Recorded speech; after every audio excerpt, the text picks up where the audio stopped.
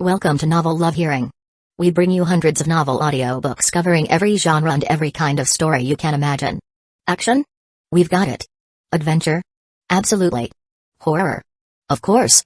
Whether it's the legendary Uchiha massacre or outrageous tales like stealing Naruto's and Sasuke's women, you'll find it here.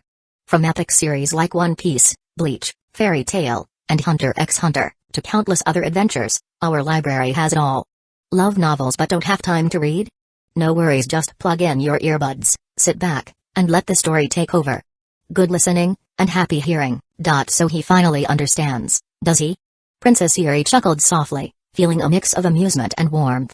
At that moment, she experienced an odd sentiment. Something akin to a mother watching her child mature. Back at the Senju compound, only two people remained in the dimly lit room. Obirama had embraced his brother one last time before stepping away, leaving behind a single person to bid farewell. A person who was bound to come. Bang! The silence was shattered. With a resounding crash, the wooden windows splintered apart, kicked open without a shred of subtlety. Hashirama sighed at the dramatic entrance, but a small smile tugged at his lips. "You came," he said. Madara Uchiha stepped forward without hesitation. His eyes, blazing with a cold intensity, held a weight only he and Hashirama could comprehend. Enough with the nonsense. Madara snapped his fingers, and from behind him, a figure emerged. Guruguru, or rather, Zetsu's creation, approached and regurgitated a body. It was a nearly perfect clone of Hashirama, bearing around 70% of his likeness. "I have the materials ready," Madara declared. "I will use the Rin rebirth to bring you back." Hashirama stared at the clone, then at Madara, and finally let out a soft chuckle. He shook his head. "Can you let me rest, just this once?" Madara's brows furrowed.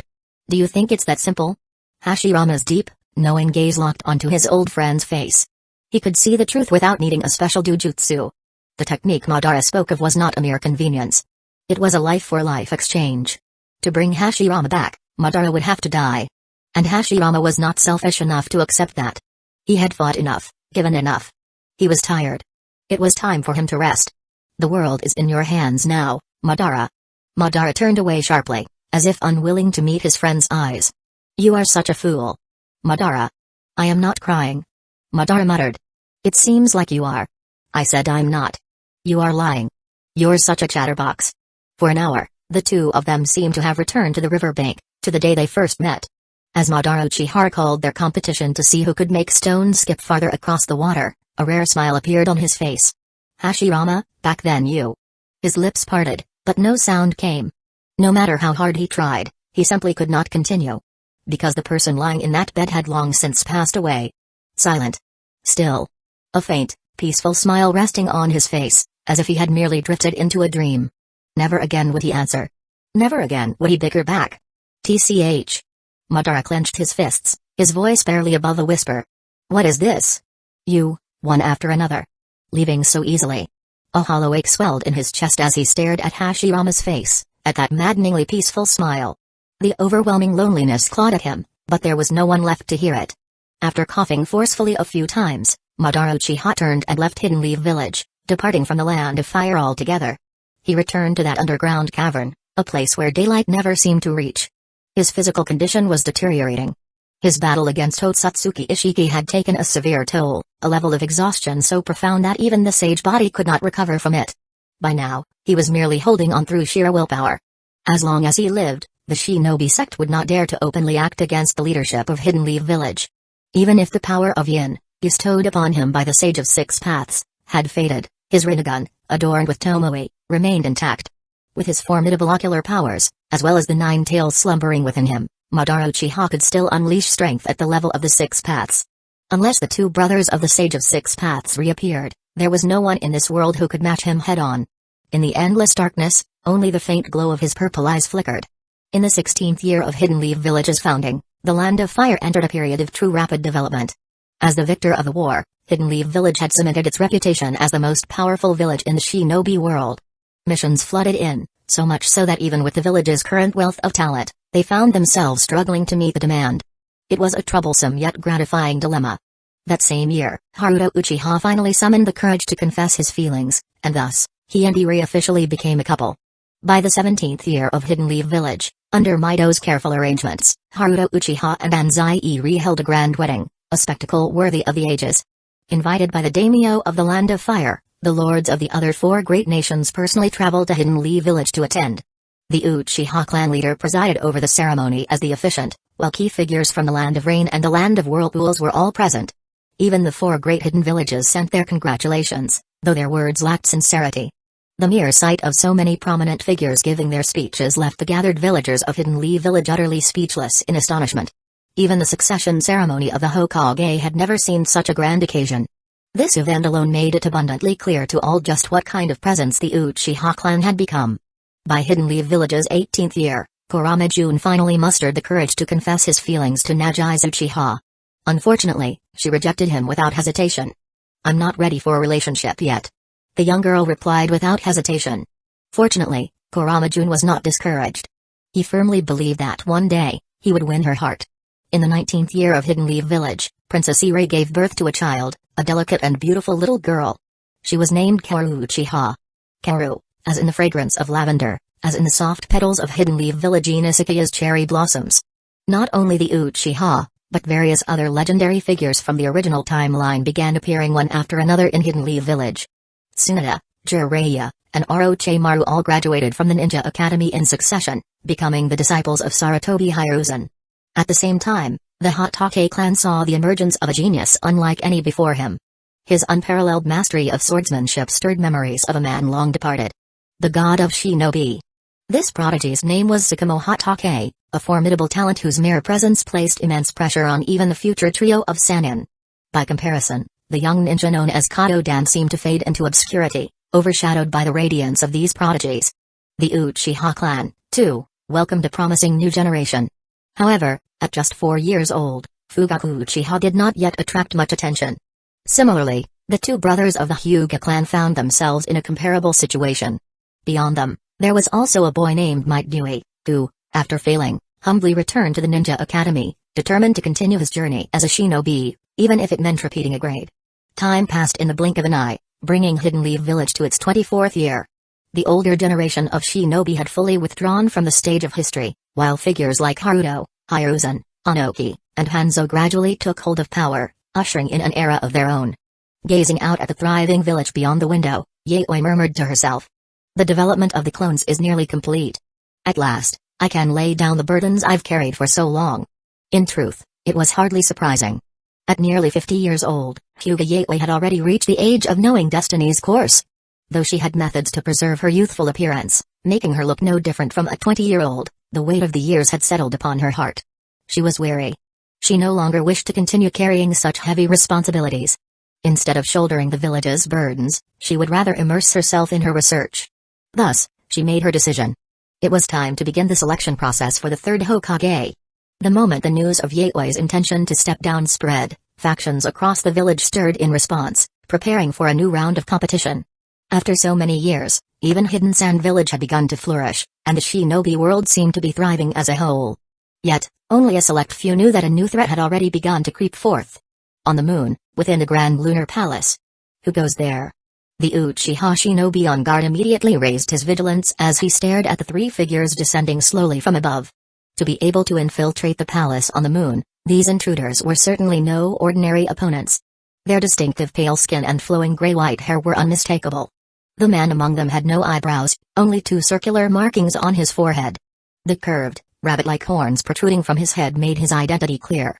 "Oh?" He chuckled coldly, his gaze filled with disdain. "It seems you are the descendants of that pathetic woman, Kaguya. What a disgraceful existence." Otsutsuki Momoshiki's smile was devoid of warmth, his eyes filled with chilling malice. Chapter 268, The Early Arrival of Momoshiki's Trio. The Moon, Lunar Palace. Once a magnificent palace, it had now been reduced to complete ruins. The Uchiha clan members assigned to guard this place had suffered heavy casualties. Fortunately, the enemy's objective wasn't mindless slaughter. Had that been the case, the death toll would have been several times higher. "I have found it, Lord Momoshiki." Otsutsuki Kanshiki emerged, his gaze fixed on the forbidden ground that lay ahead. The three had come for Kaguya. After consuming the chakra fruit, she was supposed to face judgment at the hands of the Otsutsuki clan. "You treacherous traitor. I've finally found you." The one speaking had long, pale blue hair tied into a high ponytail. 2 curved horns, shaped like forehead protectors, adorned his forehead. Dressed in white, He carried a glowing red fish basket on his back, accompanied by a fishing rod. This man was none other than Otsutsuki Yorashiki. Unlike Ishiki, who advocated ruthless slaughter, the three of them belonged to the Saint Sanctuary faction. They had only joined forces with their enemies after suffering defeat, and ever since, had embraced a philosophy of absolute annihilation. Their status had already been low within the clan, and to make matters worse, their faction had produced a traitor like Kaguya. Because of her betrayal, the three of them had been implicated as well. Yorashiki's companions had been slain, and Momoshiki's divine tree had been confiscated by the clan. In an attempt to redeem themselves, they had decided to travel to Earth and personally punish the traitorous Otsutsuki Kaguya. Of course, that was only one reason. Momoshiki's true objective was to seize the divine tree and use the life energy of Earth to ignite the divine flame. The Otsutsuki clan? A cold-blooded group of executioners. Momoshiki had no desire to associate with them. Do it. Momoshiki's voice was calm, his tone carrying an air of superiority. Swinging his crimson fishing hook, an artifact forged with alien technology, Yorashiki effortlessly pierced through the Six Paths seal. His target was the figure sealed within the altar. Otsutsuki Kaguya. Ah. Just as the attack was about to strike its mark, Yorashiki's face lit up with smug satisfaction. Yet, in the very next instant, his expression changed. His hook did not reach its target. A terrifying presence surged forth, shaking the very world around them. The three members of the Otsutsuki trio stiffened, their gazes sharpening in unison. None of them had anticipated that such a formidable warrior had been hidden within the moon. This is interesting. Kinshiki, go greet our unexpected guest. As you command. Kinshiki stepped forward, a massive crimson battle axe forming in his grip. With a burst of air-shattering speed, he charged toward the altar. A thunderous impact resounded. Amidst the shattering of stone and the rumbling of mountains, a powerful fist emerged from the mist, slamming forcefully against the surface of Kinshiki's battle axe. Even someone as strong as Kinshiki was unable to withstand the sheer force behind the strike. He was driven back several steps, his heels carving grooves into the ground. Oh? To think someone could actually push Kinshiki back with brute force. It seems our opponents have some skill. Momoshiki's tone remained indifferent, his words laced with condescension. Yes, yes. But of course, no one could possibly match Lord Momoshiki. Yorashiki's response was laced with insincerity. It was clear that he did not acknowledge Momoshiki's leadership. However, with his own comrades dead, survival now required him to temporarily submit to this man. Seeing Kinshiki struggling in battle, Yorashiki leaped into action, swinging his crimson fishing hook to assist him. Aminosubaruboshi no Mikoto, Ryugu. From the palm of his hand, he unleashed a four-pointed star-shaped mass of purple chakra, which rapidly transformed into a massive black and purple emperor angular fish. The giant fish opened its mouth, gathering a sphere of violet-red energy before launching it at the shadowy figure concealed within the ruins of the mountain. It worked. A twisted grin spread across Yorashiki's face as he yanked his fishing hook. He reeled in a dense mass of chakra, comparable in scale to that of a tailed beast. His fishing hook had the ability to extract chakra, while his fish basket could store it. At crucial moments, he could even absorb the chakra himself to enhance his power. A bountiful harvest indeed. Placing the stolen chakra into his glowing red fish basket, Yorashiki smirked coldly, his eyes searching for another opportunity to strike. The hidden warrior within the cave was none other than Otsutsuki Hamura, who had slumbered for 1,000 years. Using extraordinary space-time techniques, he had drastically slowed the passage of time for himself. It was this method that had allowed him to sit in meditation for a millennium without perishing. In a way, his approach resembled that of the Sage of Six Paths, who had once employed similar means to preserve the legacy of the Shinobi sect. Yorashiki's assault on the altar immediately triggered a response from Hamura. As the seal broke, he awakened from his deep slumber, his first act being to launch a punch that sent Kinshiki stumbling backward. However, he had underestimated his enemy's weapons. Before he could react, a portion of his chakra had already been extracted. Nearly 1/10 of his total reserves. Having just awakened, Hamura's condition was far from optimal. Although he seemed to dominate Kinshiki in battle, his consciousness had not fully returned. Sealing himself for millennia had taken a greater toll than he had anticipated. Blood splattered as Kinshiki's axe struck his chest, a sharp pain coursing through his body. His brows furrowed instinctively. Converting truth-seeking orbs into a sage's staff, he relied on sheer instinct to parry the enemy's attacks. Meanwhile, memories of the past flashed rapidly through his mind. Seizing the opening, Yorashiki launched another attack. This time, he succeeded once more, managing to extract an additional 2/10 of Hamura's chakra. Damn it! This guy's body is abnormal. Frustration was beginning to take hold of Yorashiki. Had it been anyone else, they would have already been drained dry. Yet despite taking 2 direct hits, Hamura remained standing, his strength showing no signs of faltering. The sheer amount of chakra contained within him was nothing short of astonishing. Clutching his little fish basket, Urashiki's face lit up with the satisfaction of a successful hunt. Meanwhile, on the other side of the battlefield, Kanshiki pressed on with his relentless assault. Ame no Habeya. This was the ability Kanshiki had inherited from his ancestors, allowing him to materialize his chakra into various weapons, each one possessing unfathomable power capable of cleaving through both sky and earth. In his left hand, he wielded an axe, in his right, a trident. Behind him, an array of swords, spears, and halberds floated in the air, clashing repeatedly against Hamura's truth-seeking orbs. Kanshiki's proficiency in taijutsu was formidable. In the original events, he had engaged in a fierce battle with the black-cloaked Sasuke and, within a mere minute, had forced his opponent to resort to a Minajika just to save his own life. It was important to recognize that Sasuke, wielding the Rinnegan, had honed his taijutsu to such an extent that even Naruto found himself unable to create a single shadow clone in their duel. This alone was enough to prove that Kanshiki was far more than a mere servant. Hamura, who had only just awakened from his long slumber, had failed to anticipate the sheer ferocity of Kanshiki's attack and was momentarily suppressed in direct combat. Curse it! Hamura growled under his breath. His taijutsu was ineffective, and even the truth-seeking orbs were struggling to contend with the enemy's strange and formidable weaponry. Since his battle against his mother had ended, he had never found himself in such an overwhelming predicament. At the root of the problem, Hamura's power had always been inferior to that of the Sage of Six Paths. Without his elder brother's support, he had been nothing more than an insignificant obstacle before his mother, easily vanquished in an instant. Although he had grown stronger in the years that followed, his power had only reached a level slightly above that of Naruto and Sasuke. Now, with his body still in an imperfect state after awakening, he was forced to face both Kanshiki and Urashiki simultaneously. It was only natural that he was struggling against the overwhelming odds. At that moment, Kanshiki's crimson chakra condensed at his fingertips. His cold, merciless gaze locked onto a brief opening in Hamura's defense, and without hesitation, he thrust his palm forward, pressing all 5 fingers against Hamura's chest. Erratic Toshi, furious smelting. A formless shockwave erupted in an instant. Hamura coughed up a mouthful of blood as the sheer force of the attack sent him crashing backward. Even the ancient altar behind him trembled under the impact. The sacred seals left behind by the Sage of Six Paths reacted instinctively, releasing waves of senjutsu chakra in a desperate attempt to counteract the disturbance.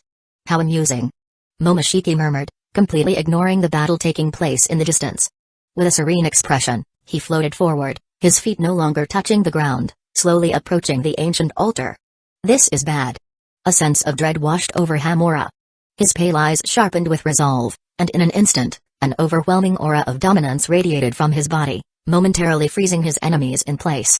Seizing this fleeting opportunity, he forcibly activated his Tenseigan. A dazzling golden light erupted from his hands, surging outward with explosive force. Golden Will Reincarnation Explosion. This technique far surpassed the one utilized by Yaoi, possessing enough destructive power to grievously wound Kanshiki. However, just as the attack was about to strike, a voice filled with casual amusement interrupted. Now. You shouldn't ignore me. At the most critical moment, Urashiki stepped in front of his companion and invoked a technique of his own. Yamatsu Hirasaka. A pitch-black portal materialized before him, swallowing the golden energy beam in its entirety. The entrance of the portal, point A, had absorbed the attack. And its exit, point B, emerged directly behind Hamura. Boom. The devastating energy struck the poor Hyuga ancestor from behind before he could react. The powerful force of his own ultimate technique sent him sprawling to the ground in a battered state. As he lifted his head, his vision was filled with a pair of chilling blue Rinnegan. Temporal Rewind. This was one of Urashiki's many abilities. His blue Rinnegan granted him the power to glimpse several seconds into the future. Through multiple cycles of observation and combat, he could discern the enemy's attacks and devise the most effective countermeasure. Just moments ago, he had foreseen Kanshiki's impending defeat and had intervened in advance, turning Hamura's own power against him. As a result, Hamura was left in a severely weakened state. Seizing the opportunity, Urashiki wasted no time siphoning away nearly half of his chakra. "Thank you for the hospitality," he remarked with a sly smile, his expression laced with amusement. A chill ran down Hamura's spine. He was about to fight back with everything he had left when, all of a sudden, everyone present, Kanshiki, Urashiki, and even Momoshiki, simultaneously halted their actions. Their gazes shifted toward the distant sky, where a colossal landmass floated ominously above them. From that landmass, a devastating energy beam tore through the void, radiating a terrifying power that sent shockwaves through both Kinshiki and Yurashiki, causing their expressions to shift dramatically. Die, you scum. Every single one of you. Upon that floating landmass stood an Uchiha shinobi, his gaze dark and brooding. Before him loomed a massive mechanical eye, embedded within a colossal structure and gleaming with an eerie light. This was Project Mitsugen. The Converged Eye. A concept proposed by Kyosuke. It was a vast and ancient weaponization initiative that harnessed the Byakugan of the Moon's Otsutsuki clan, converging their power into a single, colossal Tenseigan. Once matured, the Tenseigan possessed the devastating ability to unleash a single blast capable of erasing an entire planet. In the original timeline, Otsutsuki Tonarai had attempted to activate the system to destroy Earth, but was ultimately defeated by Naruto before the awakening could be completed. Although Kyosuke's version of the weapon had yet to reach its peak potential, its destructive power remained more than sufficient to reduce the moon to dust. At this moment, the remaining members of the Uchiha clan had already evacuated through a spatial barrier, utilizing a teleportation array to escape from the moon. As the commander responsible for guarding this location, the man standing before the Tenseigan, energy vessel, knew he could not defeat the enemy. His only option was to ensure mutual destruction as an act of atonement to Lord Kyosuke. You bastards. Never underestimate the power of the Uchiha. However, as the blinding light faded, the man's fervent expression gradually transformed into one of stunned disbelief. Something was wrong. Why? Why had there been no explosion? Turning his gaze to the energy vessel, he saw only smoke rising from its surface. The weapon had failed to fire a second time. What in the world? He barely had time to process the situation before his enemy suddenly materialized before him. Instinctively, he reached for a kunai, but before he could react, Kinshiki struck him down without hesitation. An interesting device. Momoshiki mused, his eyes gleaming with intrigue. The Tenseigan, energy vessel, had clearly piqued his curiosity. Kinshiki, standing beside him, furrowed his brows slightly in regret. Had he known the enemy's importance, he would have left him alive for interrogation. It does not matter. Momoshiki reassured with a calm smile. That man was unlikely to be the one who constructed it. The true mastermind behind this creation is elsewhere. Understood, Lord Momoshiki. Meanwhile, Yurashiki found himself frowning in frustration. Moments ago, they had all been too focused on the energy beam, allowing their enemy the perfect opportunity to slip away unnoticed. Now, both Otsutsuki Hamura and the sealed Kaguya had vanished without a trace. Letting out a deep sigh, Yurashiki muttered. What a headache. Chapter 269, My Return. At this very moment, the Hidden Leaf Village, within the Uchiha clan compound. As they watched their clansmen return in a state of disarray and exhaustion, the expressions of the Uchiha leaders grew increasingly grave. The Otsutsuki had returned once more. And this time, 3 of them had arrived together. Their previous victory had only been possible because the 3 gods had risked their lives to fight. That clash had come at a tremendous cost. Kyosuke had perished in its aftermath, Hashirama's immense vitality had been completely exhausted, and even after 10 long years, Madara Uchiha had still failed to recover to his former peak. It could be said that the village's greatest combat forces had been nearly wiped out in one fell swoop. Now, with the enemies returning once again, what hope did the shinobi world have against the might of 3 Otsutsuki? Could they truly rely on Naruto, whose Jujutsu allowed him to briefly match their power? At most, he might be able to take on one of them. But what of the other 2? Who would stand against them? Who would hold the line? Go find Lord Madara. Kaku Uchiha, her expression stern and resolute, broke the silence. As unfortunate as it is, we must once again rely on his strength. Madara's condition was far from good. He had been depending on the demonic statue of the outer path to prolong his life. If he stayed away from it for too long, death was inevitable. Kaku's suggestion was tantamount to asking Madara to gamble with his life once more. Leave it to me. Izuna replied quietly, his heart still aching with longing for Kyosuke and his team. The followers of the afterlife. Had they still been here, perhaps his elder brother's wounds could have been healed. Perhaps even Hashirama wouldn't have died. But alas, in the final battle, all the followers of the afterlife had perished. Without Kyosuke's guidance, none of them had been able to grasp the secret of one's own life reincarnation technique. Seeing Izuna voice no objection, Kaku quietly let out a sigh of relief. With 2 enemies possibly dealt with, she and Yaoi would face the last one. Ah. Yes, wasn't that idiotic shinobi sect also claiming they would oppose the Otsutsuki? In that case, they certainly couldn't be allowed to flee now. Even so, everyone's hearts remained heavy with uncertainty. The last time they faced Ishiki, even after mobilizing all available forces, they had been crushed in humiliating defeat. The enemy hadn't even bothered to finish them off personally. Though admittedly, there was the consideration of using them as nourishment for the divine tree. But that look of scorn, that contemptuous attitude, was something none who had been there would ever forget. After a long discussion, Kaka suddenly frowned and asked with suspicion. "Why isn't Yatewei here yet? Don't tell me she's run off?" Given the severity of the situation, the Hokage herself ought to be present. Yet, as the group exchanged glances, they realized something strange. Yatewei hadn't made an appearance in quite some time, and recently, all administrative affairs had been handled by her advisory team. What exactly has she been doing? On the moon, in the ruins of the palace, Momoshiki and Kinshiki had departed for Earth, planning to gather the scattered chakra remnants of the Tentails. Urashiki, however, had stayed behind, tasked with guarding a mysterious and incomprehensibly powerful system. A Tenseigan, energy vessel. Why did he harbor such hatred toward Kaguya? Because her father's failure had condemned their entire faction to imprisonment. Her eventual betrayal had only worsened their plight, driving the three-man further into a corner. It had taken immense effort to secure permission for an external mission under the guise of capturing an enemy. From the moment they escaped, they had never intended to return. Their true objective was clear: eliminate Kaguya, seize the divine tree, and flee to a distant star system where the Otsutsuki clan would never find them. And now, they had one more goal. They would track down the scientist responsible for creating the weapon and bring them along as well. With such a tool in hand, they would have a greater chance of surviving any pursuit that followed. Little Momo's plan isn't bad. Urashiki muttered privately, clearly lacking the respect he showed outwardly. In truth, he had never thought highly of Momoshiki. The reason was simple.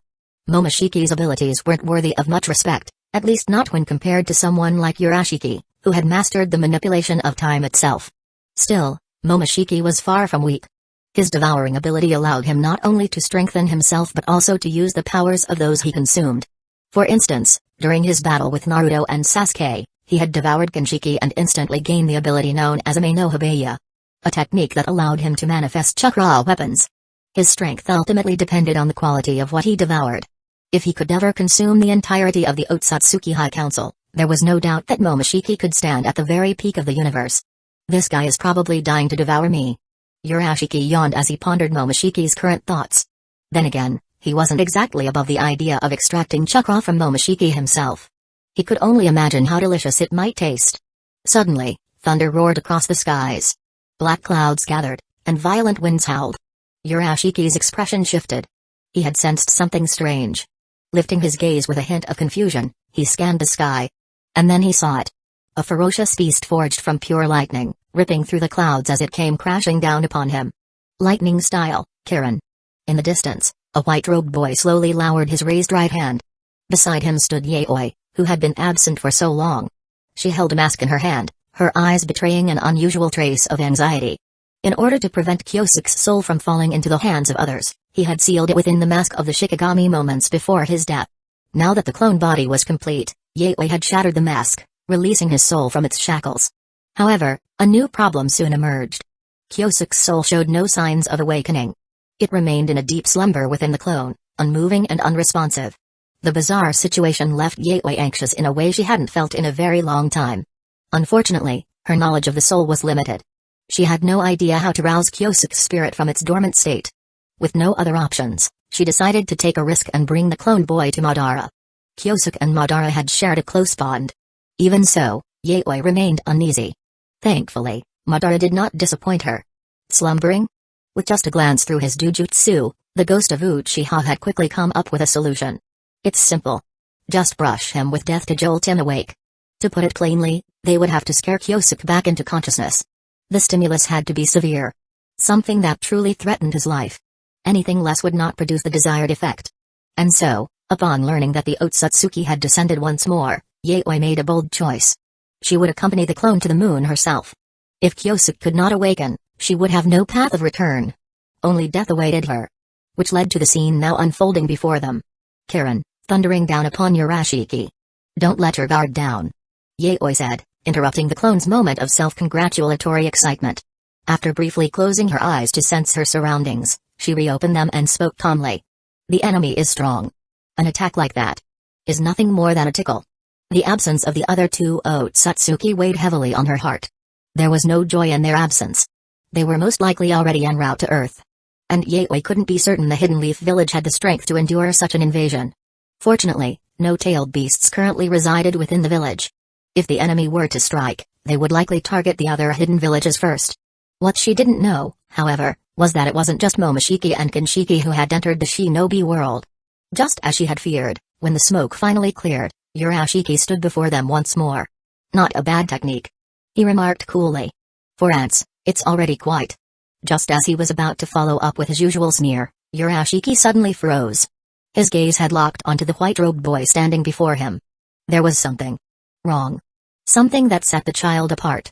Something that didn't belong. After a long moment of quiet observation, realization began to dawn. This boy. He was likely a vessel, prepared by one of the Otsutsuki. Was there still someone left on Earth? Could it be Ishiki? Or something that woman Kaguya had left behind? No, it didn't feel quite right.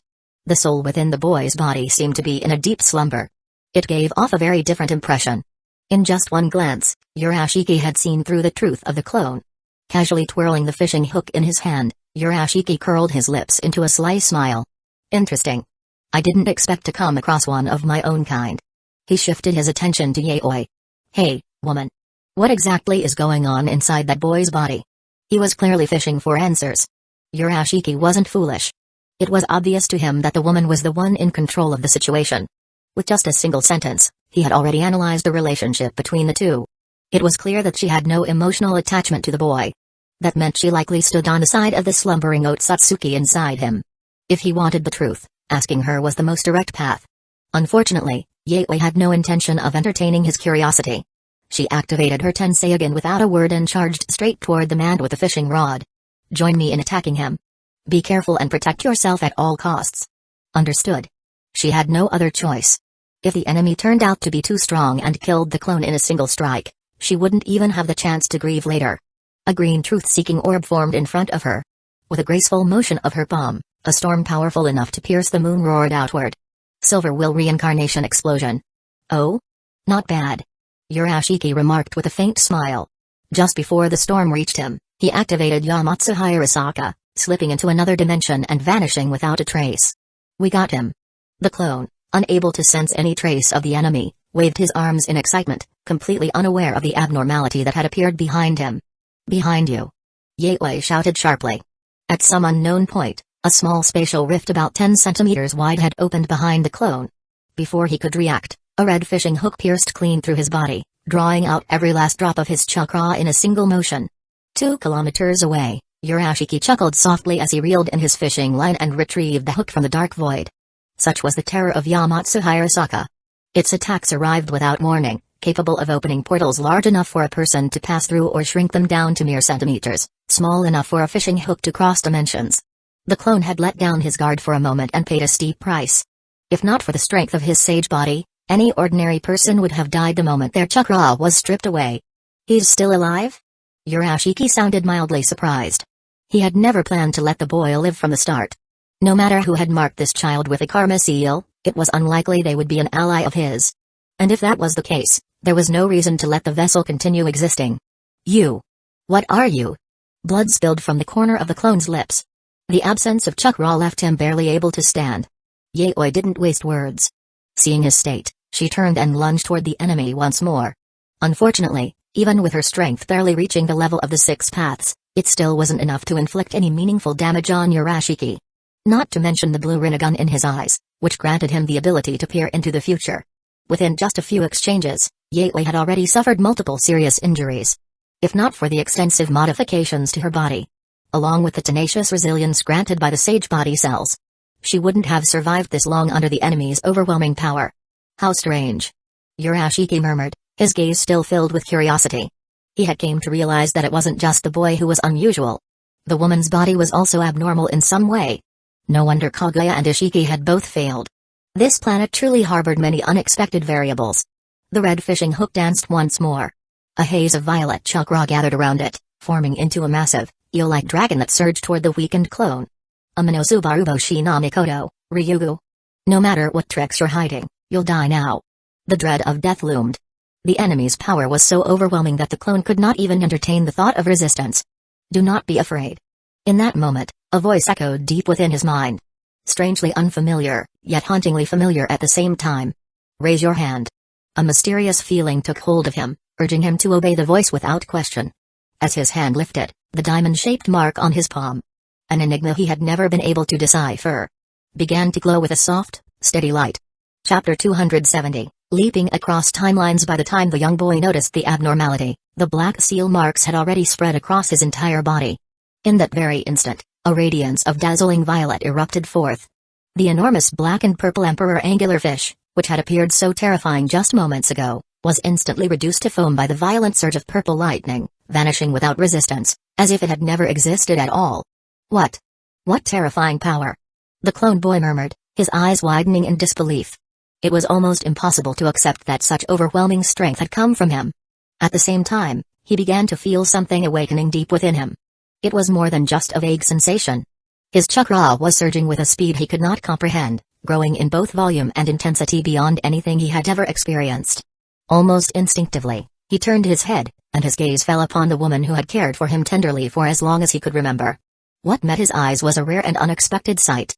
Yaoi, who had always been calm and emotionless, now stood with tears brimming in her eyes, ready to spill down her cheeks. Suppressing the anxiety and turmoil in his heart, the clone forced himself to concentrate once more, directing his focus back to the formidable foe still standing before him. This brat! Urashiki murmured, his eyes narrowing as his ultimate move was effortlessly shattered. How could he not understand by now? The soul of an Otsutsuki slumbering within the boy had awakened. Even more crucially, the boy's once low-level Sharingan had, at some unknown point, evolved. It had transformed in silence into a pair of violet Rinnegan. Both sides now possessed a Rinnegan. One radiated with an azure brilliance, the other with an eerie violet glow. The resonance between them stirred a flicker of surprise in Urashiki, though it was not enough to spark fear. He reached behind him and lifted the crimson glowing fish basket, extracting a measured amount of chakra stored within. With a subtle movement of his throat, the power within him surged once more, swelling to a new height. Hey! Let's continue this delightful battle. He chuckled, swinging his fishing rod as he lunged forward with renewed fervor.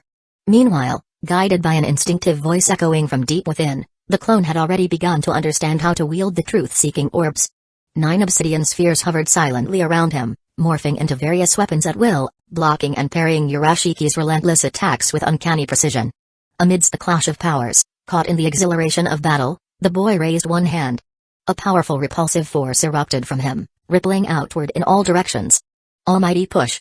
Unfortunately, the same technique that Pain had once used to reduce Hidden Leaf Village to ruins now merely caused his opponent to stumble back a single step. How dull. Urashiki scoffed, lifting his gaze toward the clone. Hey, come on now.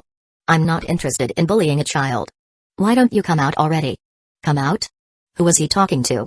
A rising unease stirred in the clone's heart. Bit by bit, he became aware that a terrifying and unimaginable force was waking inside him. No. That wasn't quite right. It wasn't just surging. It was awakening.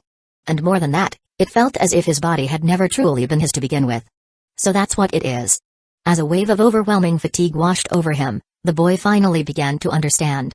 Just before his consciousness slipped away, a faint realization took hold. From the very beginning, he had never been given a choice.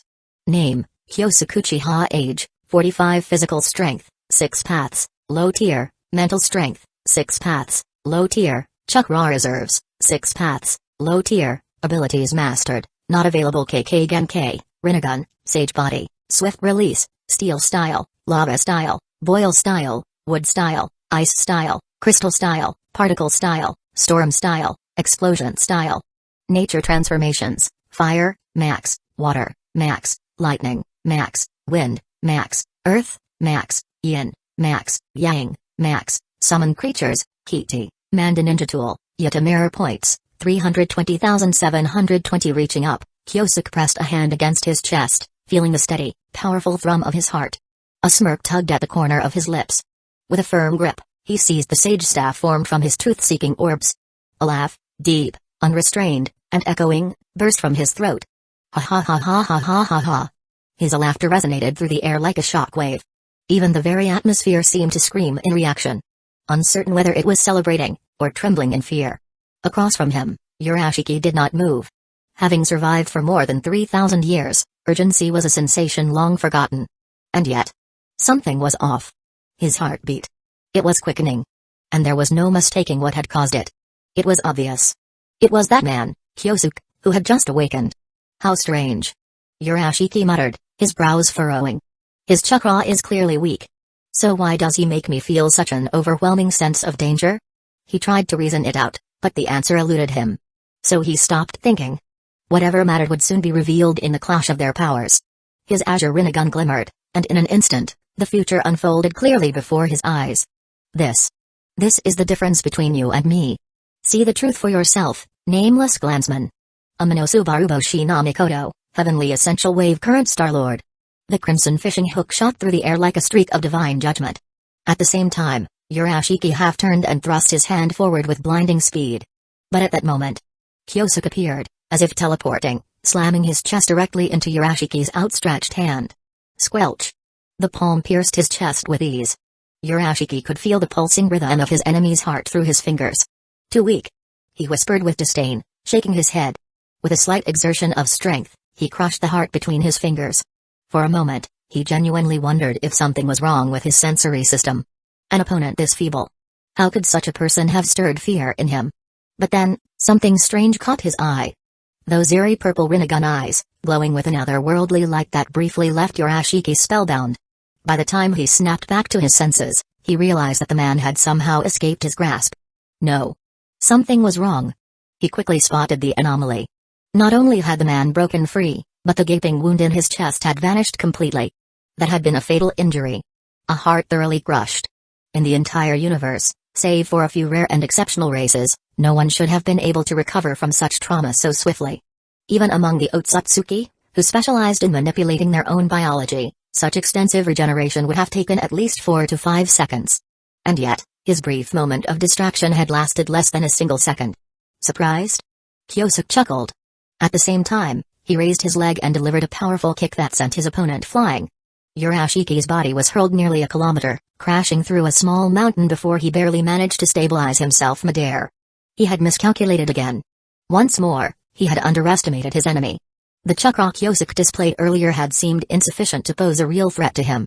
What he hadn't expected was that his opponent could draw energy directly from the surrounding atmosphere. In the instant that foot connected, Kyosuke's strength had surged by an entire level. It wasn't enough to overwhelm him entirely. But it was enough to make him feel pain. A sensation he had not experienced in a long time.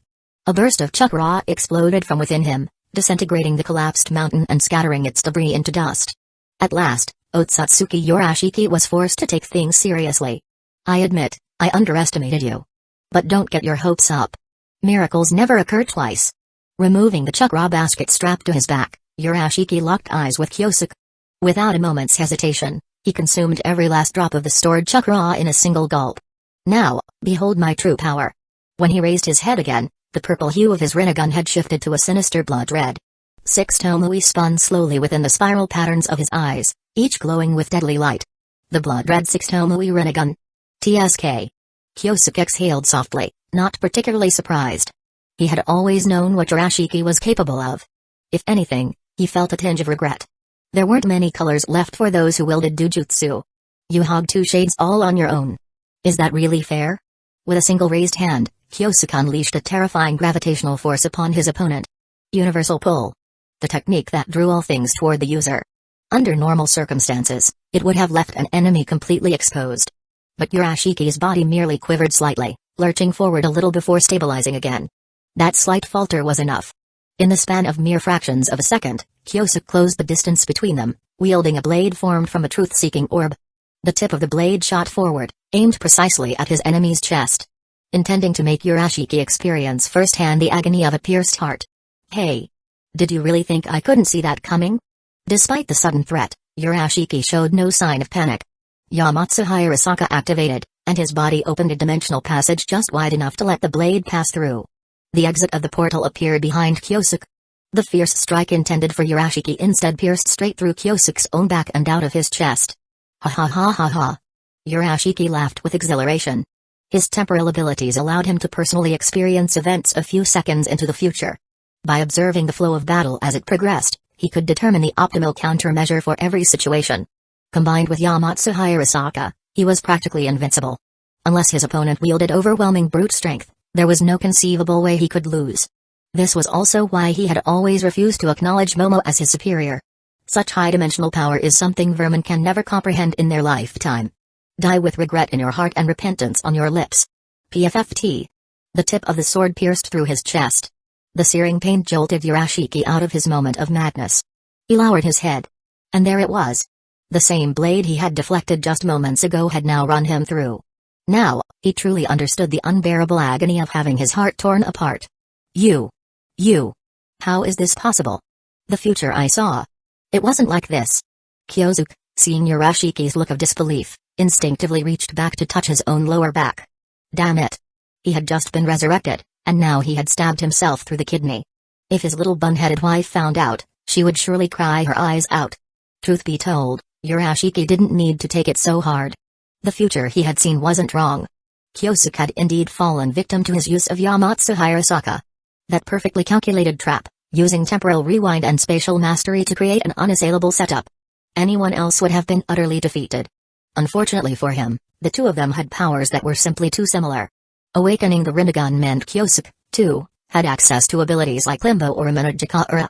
Abilities that could manipulate space or time.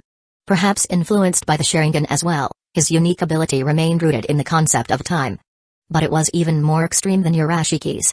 While Yurashiki could see what would happen in the next few seconds and make targeted arrangements to avoid the risks, Kyosuke could not see the future but could shift himself to different moments along his own timeline, both past and future. Earlier, when he had been gravely injured.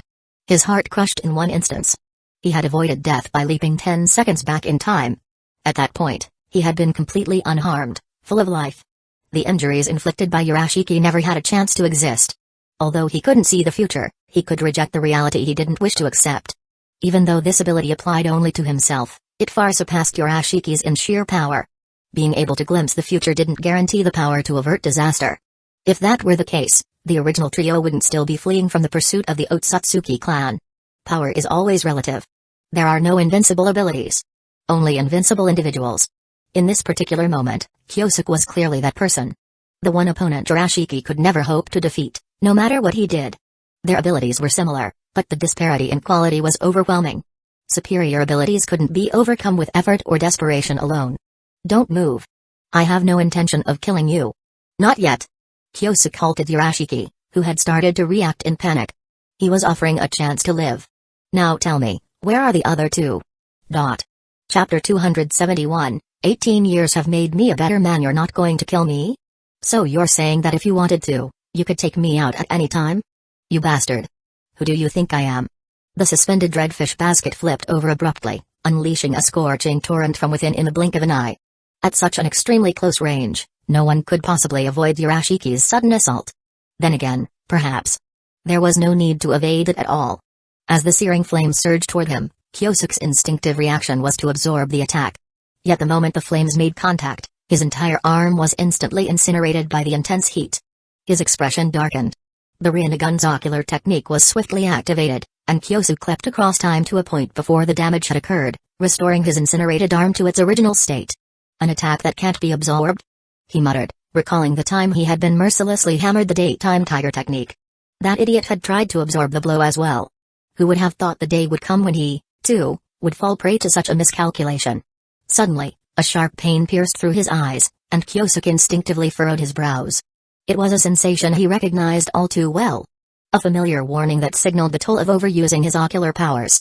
Whether it be the eternal Mangekyo or the Rinnegan, neither granted infinite power. Though they offered far greater endurance and a higher threshold than ordinary eyes, their power was not infinite. Once depleted, their energy still required time to recover. Jumping back and forth through the timeline consumed far more chakra and energy than Sasuke's Imanojika-ura or Madara's Limbo. The cost was immense. In his current condition, Kyosuke estimated that he could use the technique no more than 3 times during this battle. Any more, and the Rinnegan would forcibly shut down. Ha ha ha ha ha. Now you see how powerful I truly am, don't you? Yurashiki's arrogance showed in the smug grin plastered across his face. Clearly, this opponent lacked a true understanding of the Otsutsuki clan. Most likely, he was a descendant of that bitch, Kaguya. Much like that other man who had once guarded the seal. The karma of the Otsutsuki, and most of their ocular jutsus, were designed to respond primarily to changes in chakra nature. In other words, naturally occurring fire, such as the one Yurashiki wielded, could not be absorbed by the Otsutsuki unless their ability specifically revolved around restriction-based powers. His redfish basket and hook were not of divine origin but rather high-level products of some advanced technological civilization. Even beings as cold and indifferent as the Otsutsuki weren't without their loyal servant races that catered to their needs. Otherwise, how else could the world have witnessed the emergence of foreign phenomena such as karma seals or divine trees? By chance, Urashiki had once visited a small planet that burned endlessly, and from that desolate world, he obtained a sufficient quantity of naturally generated flames. These flames were useless against most ordinary foes. But for tricking ignorant and inexperienced enemies like Kyosuke, they were more than effective. Kyosuke suddenly shook his head and sighed, his gaze filled with reluctant regret. I actually found you quite interesting at first. I even considered recruiting you to join me in taking on the Otsutsuki's Law Enforcer Corps. So why must you insist on seeking death? His eyes remained fixed on the red glowing fish basket, a curious glint in his gaze. He was already wondering whether Yaoi could replicate such a device. But she was primarily versed in biology. Even with a full grasp of scientific ninja tools, her knowledge might stretch into theoretical energy physics at best. What academic field would this fish basket fall under, anyway? It didn't matter. Either way, Yaoi couldn't possibly be an expert in it, which meant that acquiring the relevant research data would cost a huge fortune. Naturally, this expense should be charged to Urashiki. After all, if not for him, Kyosuke would never have been tempted to steal Otsutsuki technology in the first place. That was exactly why he sighed. He was about to lose a potentially useful companion. In the next instant, a brilliant golden gleam erupted from the depths of Kyosuke's purple eyes. At the same time, a truth-seeking orb morphed into a spear and pierced clean through Urashiki's body. Sakanabikona. Compared to that man, your power is truly lacking. Kyosuke said coldly. Otsutsuki Ishiki was a warrior who had reached the threshold of godhood through divine fire. His body, in a sense, had transcended mortality and approached the very essence of a deity. His regenerative capabilities and resistance to damage were leagues above any standard Six Paths level existence. Defeating Ishiki had forced Kyosuke to risk everything.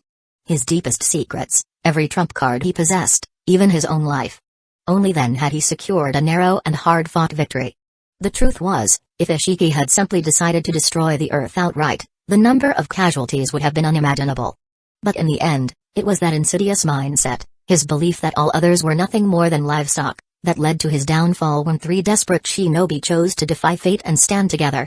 Urashiki, by comparison, was nothing impressive. Even if one discounted the innate suppression brought by Kyosuke's abilities, his true strength barely reached the upper tiers of the Six Paths level. Had Madara and Hashirama from the final battle day been present, either one could have defeated him alone with little difficulty. Let alone Kyosuke, who now possessed the Rinnegan and had inherited ocular powers from Ishiki himself. Oh, right. I almost forgot. You can't die just yet. As if recalling something important, Kyosuke's killing blow suddenly slowed. Ishiki had needed nourishment because his juvenile tentails required a constant supply of energy. Now that the enemy was down, the creature that had accompanied him naturally became Kyosuke's spoil of war. This loud-mouthed and ultimately weak Urashiki?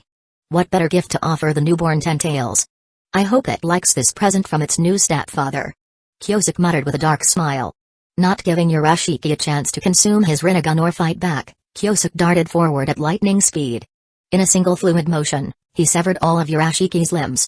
Once he had sealed the enemy's chakra completely with shrunken black rods, Kyosuke finally allowed himself a breath of relief. Tossing the limbless captive toward Yaoi like one might hand over a broken tool, Kyosuke chuckled and said, "Study it for a few days. After that, I'll be taking him back. Don't worry. I promise to return a living Otsutsuki to you." Yaoi replied, grinning back with ease. As for what Urashiki might be thinking right now, who cared? The two of them made their way to a nearby ruin structure and sat down, while Yaoi began recounting the recent developments in the shinobi world. So it's been 18 years already? Kyosuke murmured softly, eyes distant with nostalgia. In terms of actual age, he was now a 45-year-old man. Well past the prime of youth, more than qualified to be called an aging uncle. Even that brat Haruto was nearing 30 now. Word was he even had a daughter. A particularly adorable one. Her name is Kaoru Uchiha, right? I never thought I would become a grandfather. Kyosuke said with a warm smile. Yet in his eyes, the flames of longing burned fierce and unrelenting. All these years. Had everyone been doing well? The contingencies he had left behind should have been enough to protect the village. As long as the village remained safe, the people he cherished would be unharmed. Still, without him there must have been moments when they felt lonely, no matter how strong they pretended to be. Only after Kyosuke gradually freed himself from the emotions stirred by longing did Yaoi continue describing the changes the village had undergone in his absence. When she mentioned Hashirama's death, a faint sigh escaped Kyosuke's lips.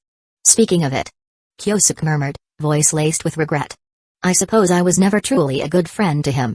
When I return this time, I must ensure that Obirama is sent to accompany him. That is perhaps the only thing I can still do for him as an old friend. Yaoi found herself speechless. What could she possibly say in response to such a sentiment? In a strange and twisted way, she almost felt relieved that she had never shared a friendship with Lord Kyosuke. Friendship with him seemed to carry a terrible weight. The death of Hashirama had clearly touched something deep within Kyosuke. He was not unaffected. After all, family and children were matters of great importance. But everything else. Ninshu, the Senju. They no longer held meaning in his heart. To him, they had become little more than irrelevant actors on a stage long past its prime. Once he subdued the Tentails, he fully intended to visit Shikatsu Forest. That gargantuan slug would make for an extraordinary feast, one worthy of satisfying the hunger of the young Tentails. He had no doubt it would delight in such a banquet. While he was at it, he might as well uproot the remnants of Ninshu from the world entirely. For now, however, a more pressing matter loomed before him. The urgent need to locate both Momoshiki and Kaguya, who had escaped her ancient seal. During the earlier battle, he had already sensed the hollowness of the barrier. It was no longer firm, no longer whole. That alone was proof that Kaguya had broken free from the seal left behind by the Sage of Six Paths. People often remembered Kaguya as soft-spoken, simple-minded, a gentle fool with an unquenchable appetite. But that was only because she had been shackled and stripped of her freedom. Now, though her chakra reserves were not yet fully restored, and despite lacking the Tentail's augmentation, her body remained immortal. The divine flame still burned within her. So long as it endured, no wound, no matter how grievous, could bring her down. She would always rise again. Of course, to possess the divine flame was not to be invincible. If that were the case, Kaguya would have had no need to fear the judgment of her own kin. To slay one who has consumed the chakra fruit. To destroy a being of that level. One must wield a power equal to theirs. Only one who also bears the divine flame can hope to annihilate such a divine vessel. To many intelligent life forms scattered across the universe, the Otsutsuki who had awakened the divine flame were the very embodiment of what mortals might call gods. They could bend time, traverse dimensions, command wind, fire, lightning, and earth, even manipulate gravity and direction itself. These were not the tools of mortals. They were powers of the divine. It was precisely because of this that factions like Saint Sanctuary emerged, faiths built entirely around the divine authority of such beings, seeking to control civilizations through doctrines of godhood. Perhaps Kaguya no longer possessed the strength to destroy the entire shinobi world. But if her goal was to plunge it into chaos, nothing short of the Sage of Six Paths and his brother returning together could stop her. Not even Madara or Hashirama, were they still alive, would be enough. This woman. She's truly a troublesome one. Kyosuke sighed once more, though he had long lost count of how many times he had uttered those very words. For now, both Kaguya and Momoshiki had become immediate threats. They required swift resolution. Everything else could be set aside for the time being. Take, for instance, that inherently rebellious soul, Kagami Uchiha. In the original history, this man had made a bold and rather spectacular choice. He had defected. At a time when the Uchiha and the Senju still harbored deep mutual hatred, he had chosen to serve under Tobirama Senju. This was nothing like what came later with Shizue and Itachi. In their time, the word Senju had already all but disappeared from the Uchiha's vocabulary. The tensions then were focused squarely on the ruling powers within Hidden Leaf Village. The Senju had long faded into the dust of history. While Shizue and Itachi had simply chosen to side with Hidden Leaf Village, Kagami had unmistakably crossed the line. His actions were, by every definition, a betrayal of his own clan. Even now, that enmity lingered beneath the surface. Many from both sides still harbored resentment toward one another.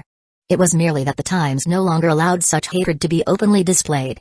After all, how could wounds be so easily healed when the kunai still bore the blood of the fallen kin?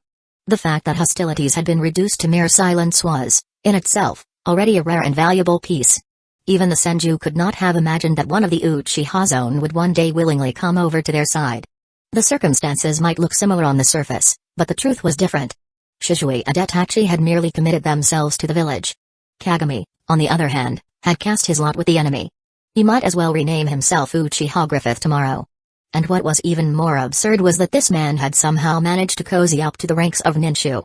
Apparently, maintaining peace in Hidden Leaf Village was no longer enough to satisfy Kagami's saintly heart. His ambition had grown. Now, he wished to save the entire shinobi world and become a savior sung by all. Such grandeur of vision. Truly. Most people could only dream or brag idly about such things. But Kagami did not merely talk. He acted. He moved with conviction. Why had Ninshu remained quiet for so long? The answer was simple. Hidden Leaf Village's technological advancement had placed it generations ahead of its rivals. If anyone dared to act with force, the result would be mutual destruction. But if someone could secretly steal Hidden Leaf Village's core research and technology, what then? It would mean the end of Hidden Leaf Village's dominance. The balance would shatter. According to Yatewei, Kagami had entered a relationship with a researcher from the science division. He had built ties with several key scientific personnel. If they had not become aware of it in time, he might very well have succeeded in his plan. It's all right. Kyosuke said at last, flashing a smile as bright and warm as the sun. Whatever it is he wants to do, don't stop him. The actions of a disciple must ultimately be accounted for by the master. And isn't Tobirama still his teacher, after all? Chapter 272, The Final Dance of the Ghost of Uchiha Land of Fire, a remote village within the shinobi world. Steamed buns. Freshly made meat buns. I want one. Hee, miss, please be careful, they're still hot. Hey. Miss, you haven't paid yet. Amid the cries of the street vendors, Kaguya turned around, her expression full of confusion. She could not comprehend this money humans spoke of. In the structured society of the Otsutsuki clan, the concept of purchasing had never existed. If they desired something, a subordinate race would present it of their own accord. And if no one brought it, then they would simply take it by force. Now, here on Earth, Kaguya, revered as the progenitor of Chakra, had once conquered the entire shinobi world through unmatched power and divine might. Among mortals, she was worshipped as the goddess of the rabbit. In such a world, who would dare demand payment from her? Kaguya was no fool. In fact, calling her shrewd would not be an exaggeration. The title of naive princess had been earned not because she lacked intelligence, but because of the peculiar nature of her downfall.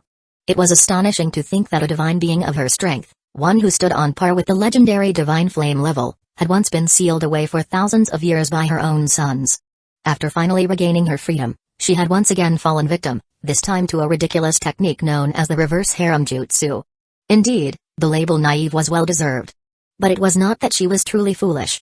Rather, she had been born into royalty. Even when her clan fell to internal strife, no one had ever expected her to set foot onto the battlefield herself. Her surprise ambush on Ishiki Otsutsuki had succeeded thanks in no small part to sheer luck.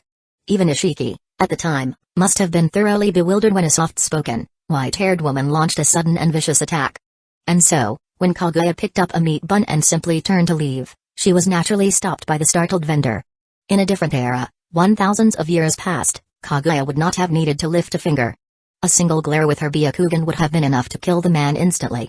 But now, things had changed. Her clan's pursuers had already arrived on Earth, and without the Ten Tails by her side, even Kaguya felt a sliver of unease. During the battle on the moon, it was Hamura who, in a desperate moment, had released the seal binding his mother. In the end, he still could not bring himself to kill her. He could not bear to watch her suffer at the hands of others. Living alone on the moon, having sealed himself in solitude, Hamura was not so much guarding his mother as he was punishing himself.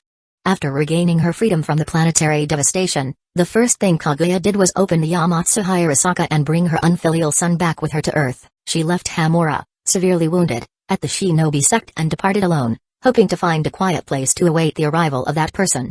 She had hoped to maintain a low profile, to live and act without drawing attention. Yet the moment she stepped out and wandered through a simple village, she nearly caused a public spectacle. Hey, look at her. Her skin is so pale. Mama, that big sister is so pretty. She's really tall, too. Sure, she's tall and beautiful, but that doesn't mean she can just take buns without paying. Yeah, that's not right. Kaguya stared at the people around her, her thoughts brimming with confusion. Seeing her genuinely puzzled expression, the vendor sighed and pointed to a wooden box filled with coins. See? These things. You need them to buy food. Ah. I see. Kaguya gave a small nod of understanding. She opened a portal to the Yamatsu Hirasaka, and with a flick of her wrist, several gleaming coins appeared in her hand.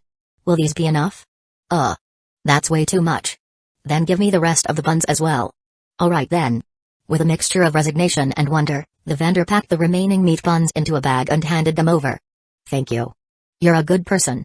Hey. Miss, you're really beautiful too.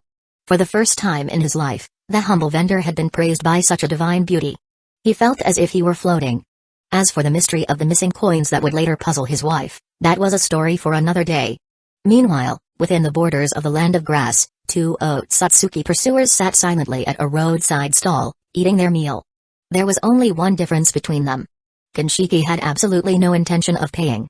When the shop owner followed them persistently, unwilling to let it go, Kanshiki set down his chopsticks and coldly asked, "Money? Is that more important than your life?" "Of course it is." The owner scoffed, rolling his eyes. "What use is a life without money?" "I see." Momoshiki nodded and raised his hand as if he had realized something. The next second, the entire restaurant was reduced to rubble. "You have no life now. So I don't need to compensate you, correct?" Beside him, Kanshiki paused mid-bite and slowly set down his utensils. He had not even taken a full bite yet. However, this was far from the first time such a situation had occurred. Ever since he had begun serving Lord Momoshiki, Kanshiki had long become accustomed to a life of erratic meals and irregular hunger. A routine of eating 3 meals over 6 days had become the norm. When his lord flipped tables, there was always a reason behind it. As his subordinate, all Kanshiki needed to do was accept it with a smile. In this regard, he was truly the embodiment of a loyal hound. Of course, accepting hunger was one thing. Smiling through it was another. At this moment, forcing a smile was beyond him. He could, however, manage not to cry. In truth, Momoshiki was not usually so temperamental. The reason for his current hire lay in the fact that he had lost track of Kaguya during a pursuit. He had not expected that woman, who appeared to be little more than a decorative vase, to possess such frightening mastery over space-time manipulation. In that regard, she was even more formidable than the two of them combined. Midway through the chase, Momoshiki had found himself completely disoriented. With no better option, he had been forced to land in an arbitrary location. Though calling it arbitrary was not entirely accurate. Besides sampling the local delicacies of the planet, his visit had a more important objective: to reclaim the scattered chakra of the 10 tails. Through his reading and research, he had learned that many years ago, 9-tailed beasts had appeared across the land, each one sowing chaos. Though the details were hazy, the general outline was clear enough for someone like him to piece together. Thanks to his superior sensory abilities, it had not taken him long to identify the most powerful of the tailed beasts. There was no need to resurrect the 10 tails.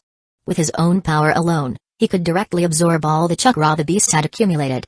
Once Kaguya was found, he would force her to hand over the divine tree. The planting process could then proceed as planned. Casting a disdainful glance at the panicked little town below, Momoshiki slowly rose into the sky, his gaze locked onto an inconspicuous corner of the land of grass. "The 9 tails is hiding there," he murmured. "Let us pay it a visit." "As you command, Lord Momoshiki." Kanshiki responded at once. With that, the two vanished into the horizon, heading directly toward the hidden lair of the 9 tails. Deep underground, within a vast subterranean cave, a long-slumbering Madara Uchiha suddenly opened his eyes. In the darkness, his rinnegan, adorned with tomoe, gleamed a ghostly violet. "Lord Madara," came a quiet voice beside him. "I know," he replied calmly. At that moment, Madara looked worse than ever. Years of isolation and inactivity had left his body in a severely weakened state. Though not yet 50, he appeared more like an elderly man well into his 70s. Yet one thing remained unchanged. The prideful, contemptuous glint in his eyes still looked down upon all living beings. Gurgle, gurgle. The tubing connected to the 10 tails began to writhe violently, pulsing with life. Under Zetsu's silent watch, Madara's frail body slowly began to regenerate, reversing the toll of time. Is this really necessary? Even Zetsu had no energy for his usual antics in that moment. He knew it all too well. Madara's body had long since deteriorated beyond any hope of natural recovery. This method would allow a brief resurgence of power, but once the battle ended, the only thing awaiting Madara would be death. Zetsu. When Madara lifted his head again, the legendary ghost of the Uchiha, the man who had once reigned supreme on the battlefield, had returned. You understand, don't you? To wait quietly for death. That alone would be the greatest disgrace to me. That one's return means I no longer have to honor our agreement. The implication was clear. Madara had no intention of dying in bed like Hashirama. To him, falling on the battlefield was the only fitting end. And so began Madara Uchiha's final dance. This last performance must be flawless. Ha ha ha ha ha, he let out a roaring laugh. In the next instant, a towering blue giant erupted from the earth, tearing through stone and soil as if they were paper. The fully manifested form of Susanoo had emerged, standing nearly 300 meters tall. This was a true colossus, a god of war incarnate. Even Momoshiki and Kinshiki, who were swiftly approaching from the distance, could not help but slow their pace at the sight. "It seems the Nine Tails does not intend to welcome us politely," Momoshiki remarked coldly. "Allow me, Lord Momoshiki," Kinshiki said with resolve. "I shall bring you the head of this insolent foe." To challenge Lord Momoshiki was to insult him directly. And as his most loyal subordinate, Kinshiki would never allow such disrespect to go unanswered. Chakra surged and condensed, transforming into a massive greatsword held in both hands. Like a rocket, Kinshiki shot upward, aiming directly at Suzunu's enormous longsword. Boom! Though the two were vastly mismatched in scale, their weapons clashed with such force that the shockwave shook the air for miles around. Facing the devastating sword of Suzunu, Kinshiki met the strike head-on and managed to withstand it. "What a foolish technique," Kinshiki commented even as he held his ground. "Something of this size merely increases the surface area available for attack. No matter how powerful your eyes may be, it's impossible to defend every angle simultaneously. With just one strike, I will shatter this ostentatious monstrosity." As he spoke, the greatsword in his hands morphed into a giant battering ram. Kinshiki intended to prove his words through action.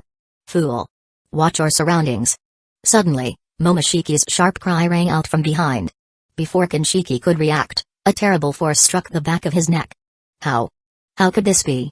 His head was nearly twisted completely backward, his forehead brushing his own back. And yet, his opponent remained unharmed. Seeing this, Madara could not help but sigh with admiration. The Otsutsuki truly were built like monsters.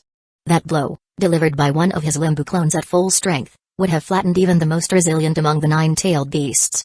None of them would have been able to rise again in less than several minutes.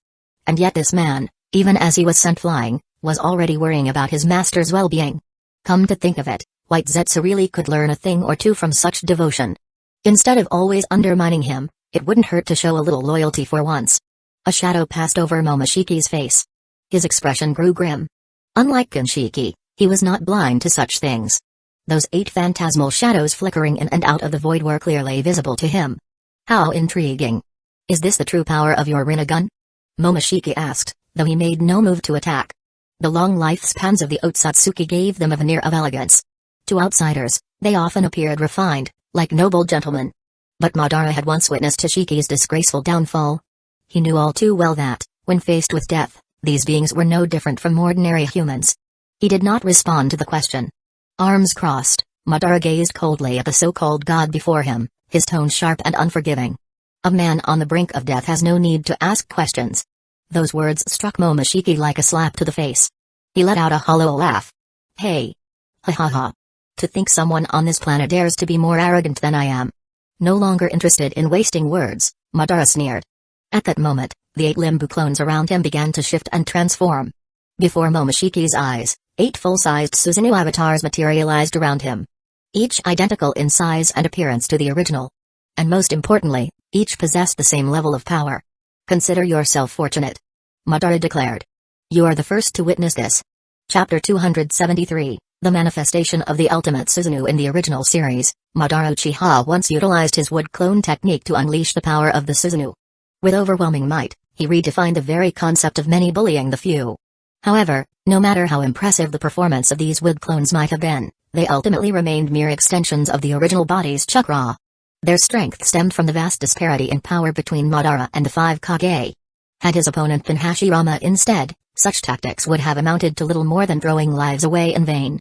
The ocular powers granted by the Rinnegan are on an entirely different level, far surpassing anything a clone could ever hope to achieve.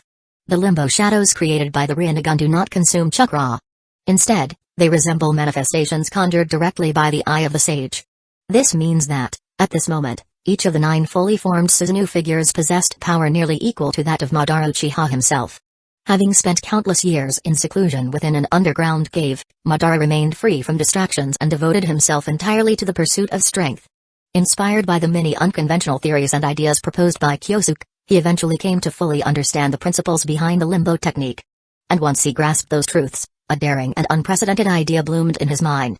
8 Limbu clones. 9 complete body Suzuno. If all their power could be united and focused into a single existence, could he not perhaps rival the version of himself that once commanded the yin power of the Sage of 6 Paths? In the original series, Sasuke had once replaced the demonic statue of the Outer Path with his Suzuno, using it as a vessel to contain the chakra of all 9-tailed beasts. That Suzuno was terrifying, godlike in strength. A single casual swipe could obliterate a standard Ninetales clone, and even if the true Ninetales struck it with a close-range punch at full force, the beast would end up injuring itself instead. It was only in that transcendent state that Sasuke truly earned the title of the strongest shinobi in the world, wielding power that could rival the Sage of Six Paths himself. But what lies beyond the complete body Susanoo? What emerges when one dares to push the impossible even further? The ultimate Susanoo. It is often said that Susanoo's destructive power rivals that of the tailed beasts, but in truth, only the most powerful among them, such as the Eight Tails and Nine Tails, can't truly compare to a fully realized Susanoo. The others fall short of its overwhelming might. The fusion of 9 complete Susanoo is equivalent to merging multiple Ninetales into a single entity. An earth-shaking force capable of reshaping the world itself. Its power far surpasses even that of the 10 Tails under Kaguya's command. Such an immense chakra would be nearly impossible for anyone else to control with precision. But Madara Uchiha now wielded the power of the Tomoe Rinnegan. His current strength had already exceeded what was recorded in the original history. With the aid of his soul-based ocular abilities, ninefold ultimate Susanoo was not a fantasy. It was well within his reach. Blood burst from his lips, a testament to the tremendous pressure placed upon his body. Yet Madara paid it no mind. He remained entirely focused, continuing the fusion of the Susanoo without hesitation. Though the process seemed long when described, in the real world, only a few seconds had passed. By the time Kinshiki emerged from beneath the earth and returned to Momoshiki's side, the fusion of the Susanoo had been completed in full. Rumble. The colossal figure that now hovered in the sky seemed to have thrown the entire planet into a state of turmoil. Dark clouds amassed above, thunder crackling in the heavens. Lightning cascaded around the massive form, illuminating it with a divine and terrible radiance. Raising its hand slowly, then tilting its head to gaze down at the world below. Even this simple motion stirred violent gales that swept across the land. The ultimate Susanoo. Madara murmured, resonating in his voice. Kyosuke, your vision has been brought to life. Flawlessly. At last, I can surpass you. If only once. Wiping the blood from the corner of his lips, Madara grinned with manic joy, then took control of the Susanoo and charged forward. Come. Let us dance once more. From the heavens, thunderbolts rained down, converging into a brilliant, crackling spear in the Susanoo's hand, its surface etched with jagged veins of lightning. Seeing this, Kinshiki, ever stubborn, attempted to clash head-on. But in a single blow, his weapon shattered, and the searing lightning obliterated his entire lower body. How can this be? Kinshiki lowered his head in disbelief. He could not fathom how he had fallen to a mere earthling. What he did not yet know was that his fellow clansmen, left to guard the moon, had already been reduced to broken, mutilated husks by those very same earthlings. The truth was simple, the modern shinobi world was no longer a suitable place for weaklings such as them to descend upon. Lord Momoshiki. Lord Momoshiki. Kinshiki called out desperately, sensing his fate sealed. The time has come. As per my ancestors' will, let me become the nourishment that propels you to the next level. Why did he insist on close combat? The answer was simple. Once he was consumed by Momoshiki, his outstanding physical combat abilities would supplement and strengthen his master's own deficiencies. Among the vast Hotsutsuki clan, not every member was granted access to the sacred chakra fruit. As a result, Momoshiki's ancestors devised a method of cultivating capable subordinate bloodlines, shaping them over generations to one day become living chakra fruit for their descendants to consume. Even if this method failed to ignite the divine flame within the bloodline, it would bring them ever closer to such a realm. Are you certain of this? Momoshiki's hand trembled for a brief instant upon hearing his subordinate's words. My lord, please do not hesitate. Kinshiki said with an unwavering conviction. To help his master make the final decision, he even took the initiative to destroy his physical form, condensing his body into a crimson, glistening, human-shaped chakra fruit. The sacred teachings of his clan had always instructed him to protect his master in the face of peril, even if it meant surrendering his own life. And now, without hesitation or regret, he fulfilled that duty. Yet deep in his heart, Kinshiki harbored one final, silent wish. My lord. I shall no longer accompany you in conquering the stars. That bowl of ramen. I truly wanted to taste it one more time. By the time the chakra fruit was handed to Momoshiki, Kinshiki's consciousness had already faded into nothingness. I felt your loyalty. Momoshiki said softly. Without the slightest delay, he consumed the offering. Though a part of him resisted in the depths of his heart, his expression remained calm and stoic. He knew all too well that any sign of hesitation would be a dishonor to Kinshiki's sacrifice. Today, I shall bathe our enemies in blood as your offering. Boom. A devastating surge of power erupted outward. Pale blue chakra exploded from within, forming an aura that engulfed his entire body. Having devoured Kinshiki, Every cell within him was nourished beyond measure, straining toward a higher state of existence. The chakra fruit became a blazing seed of life within Momoshiki, igniting a fiery evolution from deep inside. Destruction, rebirth, and transcendence formed an endless cycle that forged a stronger self with every turn.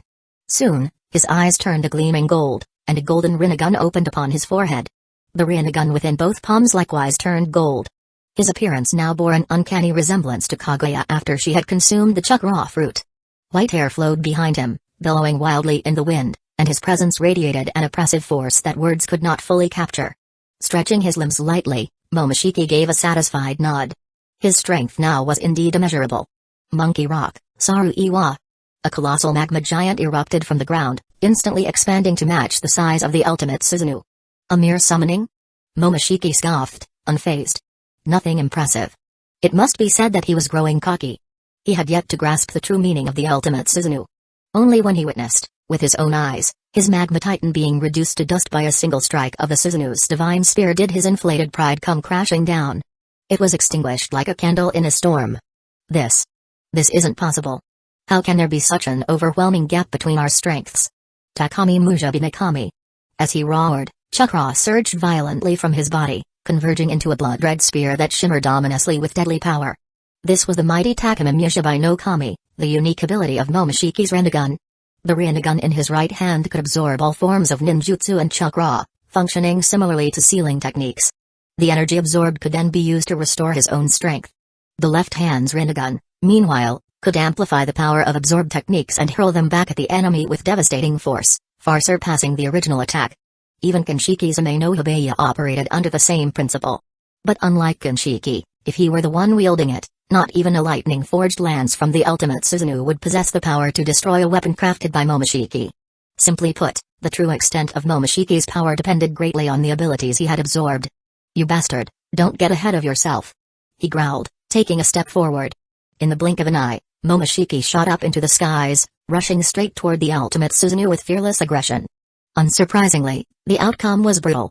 In a violent clash of energy, it was Momoshiki who came crashing back to the earth at a much faster speed, thrown down as though the very skies had rejected his challenge. "Damn it! Damn it! Damn it!" His furious screams echoed into the sky. From the center of his left palm, a massive ball of chakra began to swirl into existence, its form closely resembling a colossal Rasengan. Deep crimson spiral. Glaring at the towering figure of the ultimate Susanoo, whose divine and imposing presence seemed to pierce the heavens, Momoshiki gathered all of his remaining strength. He had no intention of retreating. He would decide this battle face to face. "A foolish move," Madara Uchiha said coldly, his voice tinged with pride. Despite his body being on the brink of collapse, his pride remained untouched. The strength of the Otsutsuki duo was formidable. Each exchange between them placed immense strain on him. If he were still in peak condition, it would not have been such a burden. But now, the consequences of that battle long ago had taken their toll. His body was crumbling beneath him. To ignite divine fire. Such foes are indeed terrifying. Even as the thought crossed his mind, blood erupted from his mouth. He bent forward sharply, coughing up a great mouthful of crimson. The once stable ultimate Susanoo flickered and trembled, its overwhelming presence beginning to waver. Madara understood clearly. His body had reached its absolute limit. "This will be my final strike." The colossal giant raised its spear high.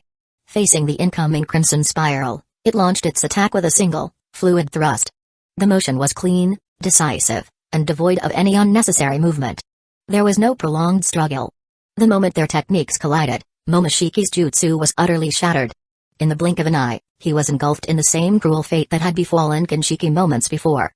His lower body was completely consumed by the surging lightning energy. "It's over." A chilling sense of death flooded his heart. All the bold declarations and grand ambitions he once held vanished like mist before the sun. Now, he had only one thought in mind. He had to survive. No matter the cost, he must live. With trembling fingers, he activated the Kama mark. A pitch-black portal tore open before him, swallowing him into its shadows. He was unfamiliar with Earth. Lacking precise coordinates, he relied on the subtle senses of his body to locate the area with the highest concentration of human presence. "One day, I will return. It is a pity. You will not live to see that day." The portal vanished, and with it, the gravely wounded Momoshiki disappeared from the battlefield. As for why he had spoken with such certainty, the reason was simple. The flicker of life had completely vanished from Madara Uchiha's body. Lord Madara. Zetsu's anguished scream tore through the air. In the afterlife, at the edge of the Pure Land, Madara slowly opened his eyes, his expression blank as he took in his surroundings. Thanks to the lingering effects of his ocular powers, his consciousness gradually began to stabilize. So, this is death? A dry chuckle escaped his lips. Humphrey. Seems it's nothing special after all. Now existing purely as a spiritual form, Madara floated gently through the vast, silent space. He began to move, guided by instinct rather than direction, his journey aimless. Eventually, he encountered someone. Another soul who, like him, retained full awareness and autonomy in the Pure Land. The man standing before him was almost unnaturally handsome, his presence ethereal. Madara's heart stirred. He did not need to ask. He already knew who this was, and what their connection meant. So, you've finally arrived. The man spoke with a smile, studying Madara with eyes full of restrained joy. After countless millennia of silent vigil, Indra Otsutsuki, the ancestor of the Uchiha, was finally face to face with a successor who had fulfilled the dream he had once pursued all his life. A dream to prove that his father's original choice had been wrong. The child of his blood, his reincarnation, had achieved what he himself never could. He had earned the recognition of the Sage of Six Paths. The ultimate Susanoo had surpassed even the power of the true several thousand hands. What more could Indra possibly ask for? He was tired now. He longed for rest. Finally ready to relinquish his burdens, he prepared to release his spiritual form and reincarnate into the cycle of life.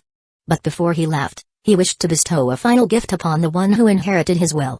The threat has not yet passed. Young man. Your time to slumber has not come. I am Indra Otsutsuki. Accept my power. And lead this world toward the future it deserves. Before Madara could utter a single sarcastic retort, his entire being was enveloped in a blinding white light. Chapter 274, Silent Gaze, only tears streaming the Hidden Leaf Village. Bam. Ninja Art. Ultimate Shuriken Throwing Technique. Beneath a blooming pink cherry blossom tree, a little girl with a chubby, round face was immersed in a game of make-believe, pretending to be a ninja. The so-called shurikens she had thrown were actually just a pile of colorful plastic toys scattered all over the grass. After finishing her jutsu, she stood proudly with her hands on her hips, basking in her imaginary glory, as if she were a legendary figure whose name alone would make enemies tremble. A while later, the little dumpling-faced girl squatted down, reaching out with her plump hands to pick up the scattered toys one by one. And just like that, Lady Kara became the next Hokage. Lost in her fantasy, she failed to notice that at some point, the sky above her had silently split open, revealing a dark rift. From the depths of that shadowy tear, a pair of cold, golden eyes were staring down at her, unblinking and silent. Karu, time to come home for dinner. Upon hearing her mother's voice calling out, the chubby-faced girl clapped the dust from her hands, got to her feet, and with a mock-serious expression, put her hands on her waist like a seasoned narrator. Even the Hokage has to eat, you know, of course, of course. So, what would our future Hokage like to eat today? I want peanuts. Alright then. But first, let's get you washed up. Hand in hand, mother and daughter strolled along the path. The child's small, chubby fingers were tightly clasped in her mother's gentle grip. As they walked, Eri, the mother, subconsciously glanced up at the sky. Was it just her imagination? After so many years, Kyosuke had finally returned to his village. Although it was only year 24 of the Hidden Leaf calendar, the village's level of development far exceeded what one might expect. Even more advanced than at the beginning of the original timeline. While still called a village, the Hidden Leaf had already grown into the largest city in the Land of Fire, with a permanent population in the hundreds of thousands and a daily population flow easily exceeding 1 million. Especially with Kyosuke's policies encouraging childbirth, a steady stream of newborns were brought into the world every year. Projections indicated that by the 60th year, the population would likely surpass 1 million. By then, the village would undoubtedly undergo yet another wave of expansion. Fortunately, Kyosuke no longer needed to concern himself with such matters. The foundations had already been firmly laid. As long as his successors weren't utter fools, there was no risk of the Hidden Leaf's legacy being squandered. On the bustling streets filled with the ebb and flow of people, Kyosuke walked among the crowd, blending in naturally. His transformation technique was so masterfully executed that no ordinary person could hope to see through it. Then something caught his eye. As he walked, a massive statue unexpectedly drew his attention. Lifting his gaze, he carefully examined it. The striking, heroic features carved into the stone were none other than his own. His handsome face was immortalized in stone for all to see. He had no objections to his likeness being commemorated. What baffled him, though, was the placement. The Hokage rock already displayed his face, So why was there a second statue standing at the village gates? Who approved this foolish decision? Since when did one person deserve two statues? At the base of the statue, two lines of inscription were etched into the stone. Where the leaves dance, the fire shall continue to burn. In memory of the great first Hokage, Kyosuke Uchiha. Yes, those were my words. Kyosuke nodded solemnly, completely unbothered by the disdainful glances cast at him by the passers-by. Were it not for his appearance betraying him as someone unusual, he might have already been confronted by an overly enthusiastic villager eager to deliver a lecture. In the Hidden Leaf, you could speak ill of almost anyone. But not a single bad word about the first Hokage was tolerated. The stories were endless: the second Hokage's 1001 Nights, the sister-in-law's well-digging escapade, 3 women and a shared. In short, say the wrong thing, and you'd find yourself dragged into the interrogation chambers of the Anbu. Even if you didn't die, the memory would haunt you for life. As for the police department, let's not even bring up the good-for-nothing Senju clan. Noticing the increasing number of wary stares directed at him, Kyosuke shrank his neck a little, looking sheepish as he quickly walked away. After taking a casual stroll through the commercial district, he followed his stomach to the snack street and had a hearty meal. To his surprise, he found that a Kairaku ramen had already opened. It was still a humble storefront, not even as developed as it was in the early chapters of the original story. It only offered takeout, with no seats for dining in. Still, Kyosuke believed it was destined to become a lasting symbol of the village. Culinary skill was, after all, the most dependable way to earn a living. He ordered a serving of the now famous ramen and sat cross-legged on a rooftop to eat. As he slurped the hot noodles, his eyes drifted toward the distance, deep in thought. Far away through the haze, nestled among the buildings, he caught the faint sound of flowing water. His sharp hearing picked it up with ease. Hidden Leaf Village Winter Hot Springs. A new landmark in the making. Kyosuke murmured as he stared intently. He noticed the entire bathhouse was enveloped in a soft barrier of chakra. Its purpose was clear. It wasn't for defense, but to deter voyeurism. My instincts tell me this is Yaoi's doing. Indeed, who else but another woman would have thought to place an anti-peeping barrier around a bathhouse? Not to mention, she was from the Hyuga clan. Suddenly, a long sigh pulled Kyosuke from his thoughts. He glanced down from the rooftop. A man in his early 30s stood below, staring wistfully in the same direction, the hot spring, while letting out one sigh after another. Clutched in the man's hands was a translucent crystal ball, glowing faintly. It was none other than a younger version of Sarutobi Hiruzen. This little rascal still hasn't given up, huh? Kyosuke chuckled, shaking his head. Smiling faintly, he turned and gracefully disappeared from the rooftop. Hiruzen, lost in thought, never once realized he had been observed. After wandering the village for several hours and even taking a bottle of sake to pay his respects to Hashirama, Kyosuke knew it was finally time to return home. In truth, an inexplicable sense of hesitation had taken hold of him, a quiet unease that often comes with returning to one's hometown after many years. Even a man as mighty and invincible as he was found himself faltering before this emotional threshold. Sigh. Eventually, it must be faced. He considered buying a bouquet of flowers, but after a moment's thought, dismissed the idea as too tacky. Besides, he doubted the bun-haired woman would appreciate something like that. Suppressing the rapid beating of his heart, Kyosuke slowly made his way home. His extraordinary sensory abilities already allowed him to sense the scene awaiting him. At the heart of the Hidden Leaf stood the estate of the first Hokage. Even after marriage, Haruto and Iri had never moved out. They couldn't bear to leave their mother living alone. The courtyard was vast. Spacious enough not only for their family of 3, but even for Nagiza to move in with her own family someday. In the courtyard, Iri sat with a children's book in hand, looking helplessly at the scene unfolding before her. At the small wooden table, the chubby-faced Kaoru Uchiha had her cheeks puffed out in frustration, her tiny fists clenched tightly as she instinctively stretched her arms backward. It was clear the little one was furious. Washi unleashed a series of sonic outbursts at her mother, her sound-based jutsu surprisingly effective. I don't want to study. Mommy is a big meanie. I want daddy. Where are you, daddy? Wah. Bombarded by wave after wave of shrill cries, Iri furrowed her brows in contemplation. For a moment, she wondered if perhaps she should let her daughter enjoy a more carefree childhood. Oh, what's got our little sweetheart so upset? Nagiza Uchiha popped out from who knows where and immediately scooped up the crying little girl into her arms. Without realizing it, she had just rescued her young niece from disaster. Seeing that her mother had given up on forcing her to study, little Kaoru sniffled and glanced longingly at the plate of peanuts on the table. She was hungry. You're always eating. You're going to turn into a little piglet at this rate. Nagiza chuckled as she hugged the chubby child, clearly doting on her adorable niece. Yuri gave a quiet sigh as she watched the scene unfold. She had practically watched Nagisa grow up and considered her a mischievous younger sister. Now, seeing that Nagi was almost 30 and still showed no signs of settling down, Yuri couldn't help but feel a twinge of anxiety. Unfortunately, there was little she could do.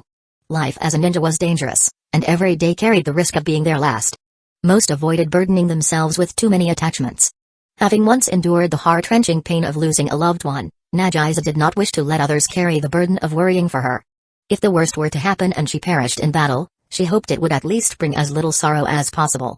In a way, the lack of emotional ties made the weight of potential death easier to bear. This was the unspoken truth behind why so many shinobi remained single for the entirety of their lives. Cradling the adorable little one in her arms, Nagisa suddenly turned, her sharp sensory perception alerting her to someone stepping through the front gate of the house. However, the moment she turned around, both she and Yuri stood frozen in place, their eyes wide with disbelief. Father? In her arms, little Kaoru Uchiha had been secretly nibbling on a peanut. But the instant her aunt's arms slackened, she tumbled to the ground with a soft thud, utterly unprepared. Wah! Another terrifying sonic wail erupted from the toddler, sweeping through the room like a force of nature. But this time, not even her mother came to her rescue. It was Kyosuke, newly returned, who stepped forward with a warm smile and scooped his wailing granddaughter into his arms. He plucked a few peanuts from the bowl, and with gentle distraction, successfully interrupted her terrifying sound-based jutsu. Looking upon the tear-streaked faces of his daughters, Kyosuke's expression softened into a warmth that only family could evoke. I'm home, he said quietly. In the inner courtyard, Mido, the princess with her signature bun hairstyle, was hanging out laundry under the fading sunlight. Truth be told, with her status, she had no need to do such chores herself.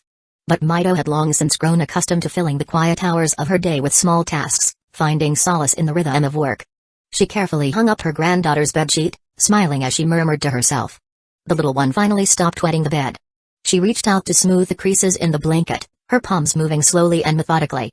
But as she worked, her hands gradually slowed. As one of the most talented heirs of the Uzumaki clan, Mido had, with Yaoi's help, awakened a particularly advanced form of sage body. Her sensory capabilities surpassed even those of the future Karen Uzumaki. How could she not recognize the presence reflected faintly upon the surface of the blanket? A shadow stood behind her, silent and still. And then, a pair of hands joined hers in smoothing the bedding. Neither of them spoke a word. But their eyes locked, and in that single gaze, 1,000 unspoken emotions surged forth. Her features were just as he remembered them, serene, beautiful, and seemingly untouched by the passage of time. It was as if the years had not dared to leave their mark upon her face. Perhaps he should thank the goddess Kaguya for the gift she had once bestowed upon her. Their son had grown into a formidable shinobi, a man capable of standing tall on his own. Their daughter, too, had proven herself to be extraordinary, now regarded as one of Hidden Leaf Village's most elite kunoichi. Kyosuke had never failed his children. And yet, when it came to Mido, the regret he harbored was buried deep, where words could not reach. At last, a single tear slipped down her cheek. Mido's hands trembled as they slowed, but her gaze softened with a tenderness deeper than ever before. He had come home. This was not a fleeting dream nor a delusion born of longing. She could feel his presence clearly, as real as the day they had first stood together. Kyosuke reached up and gently wiped the tear from her face. Then, without hesitation, he pulled her into a firm embrace, the same unyielding strength he had once shown when he crossed the lands of Hidden Eddy Village just to claim her hand in marriage. This time, he would never let go again. From beginning to end, not a single word passed between them. For in moments such as these, words were far too shallow and empty to carry the weight of what they truly felt. 10 years had passed since they were separated by life and death. Though she had tried not to think of him, forgetting had proven impossible. They stood together in silence, yet tears flowed like rivers down their cheeks. That night, the entire family gathered in a joyful celebration to welcome Kyosuke home. Little Kaoru sat happily on her grandfather's lap, her chubby cheeks puffed out in curiosity as she stared up at him without blinking. Kyosuke's affection for his granddaughter was obvious, his eyes gleaming with delight. Kaoru was quite different from what Nagisa had been like as a child. Nagisa had been delicate, almost like a porcelain doll, so dainty that just looking at her filled one with awe. Kaoru, in contrast, had a round, squishy build and a plump, doughy face that gave her a kind of clumsy, innocent charm. In short, she was utterly and irresistibly adorable. Kaoru, Kyosuke said with a grin. Can you tell Grandpa where your father went? Papa went on a mission, she replied with enthusiasm. Oh, is that so? Kyosuke's smile grew mischievous, his mind already brewing some kind of amusing idea. Chapter 275, I Am Your Father. Hidden Grass Village. The ruins of Hazuki Castle. Revisiting a familiar place always brings forth a surge of emotions. Standing before the towering remains of the once formidable watchtower, Haruto Uchiha sighed inwardly. His thoughts inevitably drifted back to the days when he had stayed by his father's side. Back then, all he could think about was how to prove himself. He constantly asked himself when he would finally surpass his father. His father had been hailed as the god of shinobi. Naturally, Haruto had set him as the benchmark, the summit he needed to conquer. However, the moment news of his father's death reached him, Haruto was struck by a painful realization. What he had truly yearned for all along was not victory or surpassing strength, but a single word of recognition from his old man. Take care of your mother and younger sister. That parting instruction. In Haruto's heart, it was the moment his father acknowledged him. A silent recognition of his strength, an affirmation that he was indeed a man worthy of the Uchiha name. As the years passed, Haruto grew older. He built a home of his own and was blessed with an adorable daughter. And it was only then that a deeper understanding dawned on him. His father had never looked down on him. Not even once. The relentless training, the constant teasing and challenges. When he looked back, he realized they had always been acts of faith. They were proof that his father had seen his potential and believed in his effort and determination. Now that he had a daughter of his own, Haruto finally understood the weight and warmth of that trust. And though he had came to this realization far too late, he couldn't help but feel that perhaps it was better this way. Some lessons, after all, were too profound to grasp until one stood in the shoes of a parent. Still, a small part of him wished he could have remained blissfully ignorant, if it meant his father would still be there. What's the matter? Kurama Jun asked from beside him, his voice laced with quiet concern. Haruto was no ordinary shinobi. He was the one chosen to inherit the will of fire from their teacher, destined to become the third Hokage. Jun had once compared himself to Haruto. It was only natural. No one liked admitting they were weaker. He had wanted to stand as Haruto's equal, both in strength and in skill. But somewhere along the way, that feeling had changed. It was probably from the moment Haruto had decisively defeated Senju Tobirama, the genius of the Senju clan. That battle had awakened Jun to the truth. He wasn't meant to compete with Haruto. He was meant to support him. To help him become the greatest Hokage in the history of the village. Even if the path ahead was steep and uncertain, Jun had resolved to walk it. Though politics and diplomacy were never his forte, he had, under his father's guidance, begun to study and understand the workings of governance. In short, Kurama Jun had made up his mind. He would become the right hand Haruto could always count on. Others might not notice when Haruto was feeling off, but Jun could sense it immediately. It's nothing. Haruto replied with a slight shake of his head. He himself didn't quite understand why his heart had felt so restless lately. Maybe I'm just tired, he thought, brushing the feeling aside. Their mission this time was to investigate a mystery linked to Hazuki Castle. Years ago, his father had fought a battle against a terrible monster here. That clash had completely reduced the prison to ruins. Even the fabled box of ultimate bliss had been utterly destroyed. Now, the town had been rebuilt. And yet, shockingly, someone had attempted to restore the box. Even though its ability to grant wishes had long been exposed as a lie, that hadn't stopped the ambitious from clinging to the hope of harnessing its power. For many, controlling such a terrifying beast was far too tempting to ignore. Yaoi, however, had understood their motives. The village hidden in the grass was small and largely unknown. In their desperation to grow stronger, it was only natural they would take such risks. But what concerned her more deeply was the possibility that the shinobi sect might be involved. That was why she had dispatched none other than Haruto Uchiha, their special grade combat power, to handle the matter. With the might of his powerful dujutsu, it didn't matter whether or not the shinobi sect had a hand in this affair. Haruto alone was enough to resolve anything that lurked within Hazuki Castle. What? Hidden Leaf Village had no right to interfere in the internal affairs of village hidden in the grass? If collusion with the shinobi sect was proven, then Hidden Leaf Village had every legal right to send shinobi to investigate and gather evidence. After all, Hidden Leaf Village had emerged as the sole victor of the first great ninja war. It had already become the undisputed overlord of the shinobi world. And as for the shinobi sect? Years of carefully crafted public guidance had turned them into a universal enemy. At least, that was the perception within the Land of Fire. What other nations thought? Hidden Leaf Village's leadership didn't care. Their voices simply couldn't reach the ears of those in power. And if someone dared to refuse Hidden Leaf Village's friendly advice, that was easy to deal with. Just ask the 20,000 Hidden Leaf Village shinobi stationed nearby if they approved of your stubbornness. Where there is might, there is no room for justice. Remember, try to keep your actions discreet. That was the advice Yaoi had given him before he left. She was still the boss, and Haruto had accepted her words with genuine humility. If he disobeyed, his mother might scold him gently. But Yaoi? She would not hesitate to beat some sense into him. Even though Haruto now had the reputation of being the strongest shinobi in the village, in her presence, he was still just a kid who needed looking after. A troublesome kind of happiness, but happiness nonetheless. According to the intel, the reconstructed box of ultimate bliss is most likely hidden within the secret lab beneath the watchtower. Kurama Jun reminded him. He had even prepared several contingency plans to handle any unexpected developments within the castle. But just as he was about to capture a potential informant, a wave of overwhelming heat suddenly washed over him. Lava style, scorching stream rock technique. From Haruto's mouth burst a blazing orb of molten rock, its temperature far surpassing that of most fire-style techniques. By meticulously studying the notes his father had left behind and training for years, Haruto had finally mastered lava style. The destructive power of lava was overwhelming. With it, he no longer needed to rely on other lethal ninjutsu. Jun, however, was baffled. Why would Haruto suddenly hurl a sphere of lava? To this, Haruto Uchiha gave a perfectly reasonable answer. Since we're going to end up fighting anyway, we might as well strike first. Makes sense. What appeared to be a sturdy watchtower crumbled like paper in the face of lava style. And the secret chamber? Once the outer layers of camouflage had disintegrated, secrecy was no longer even a consideration.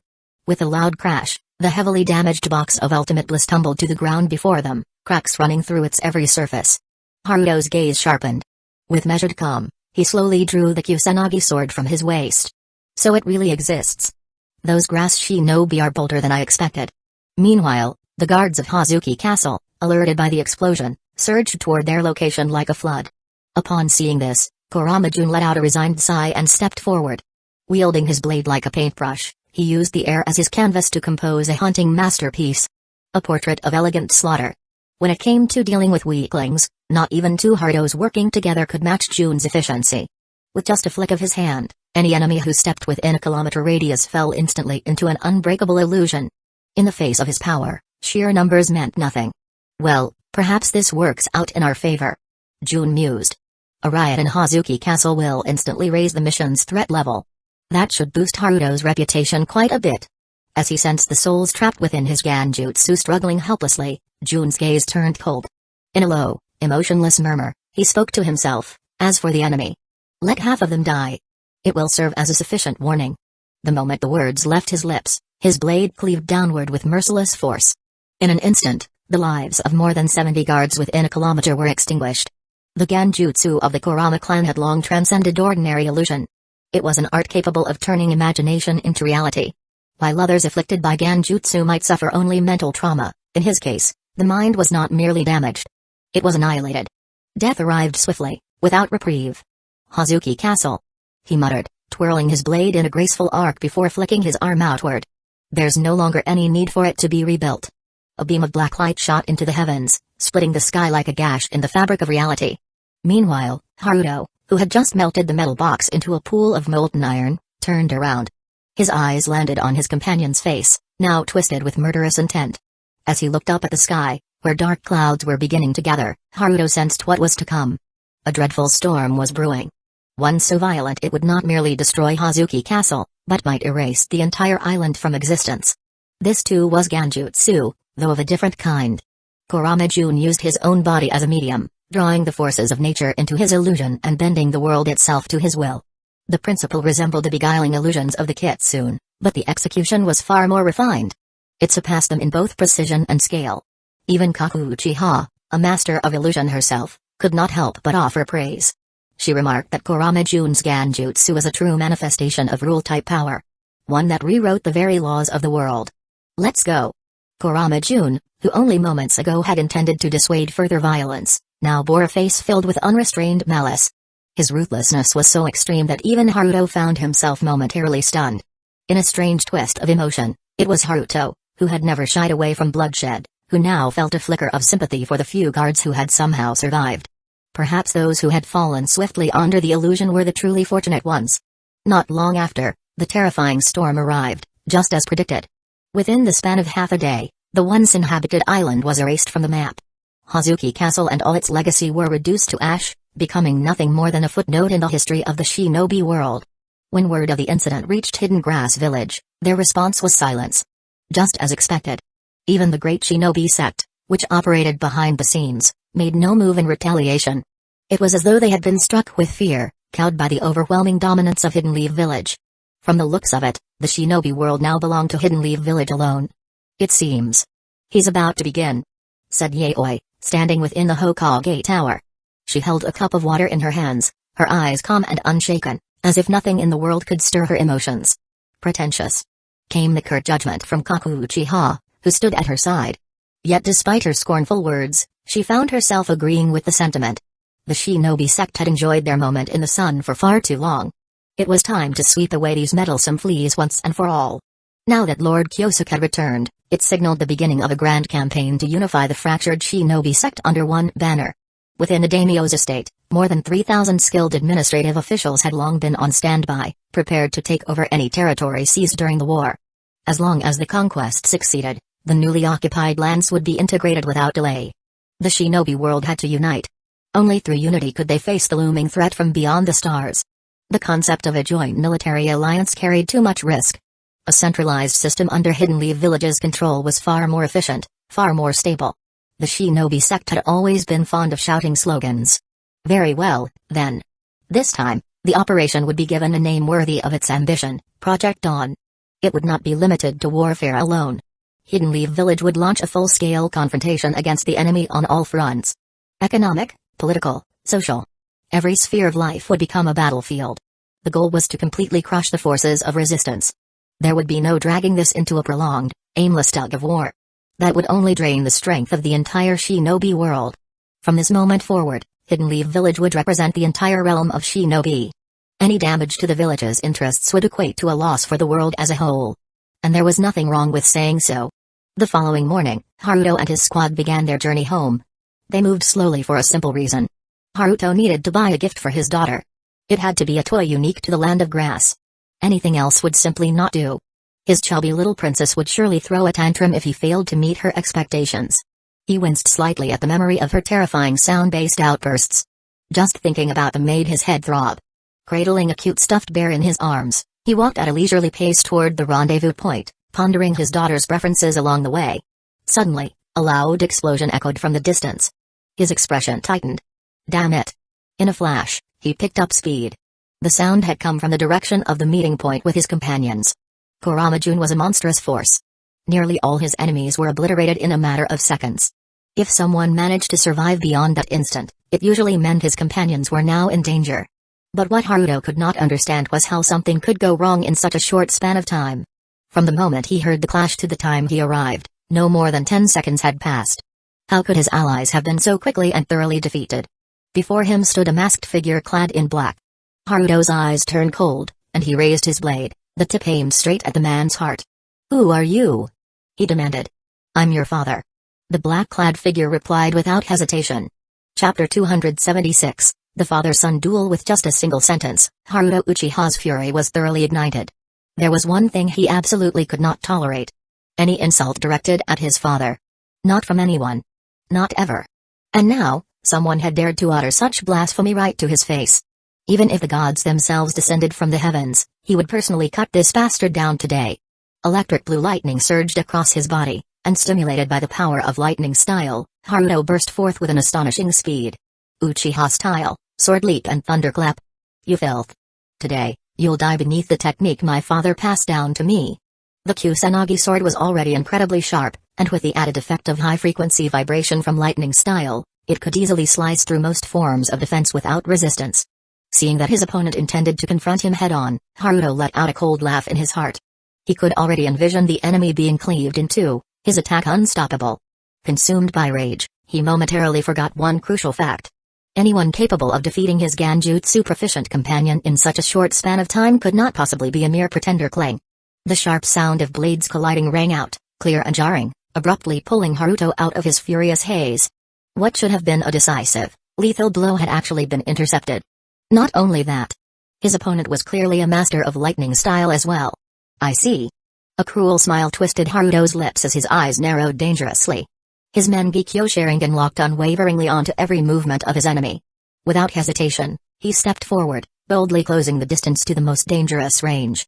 Close quarters combat, where a single movement could determine victory or death. This straightforward maneuver was a testament to his unshakable confidence in his own abilities. "So this is your Mangekyo, is it?"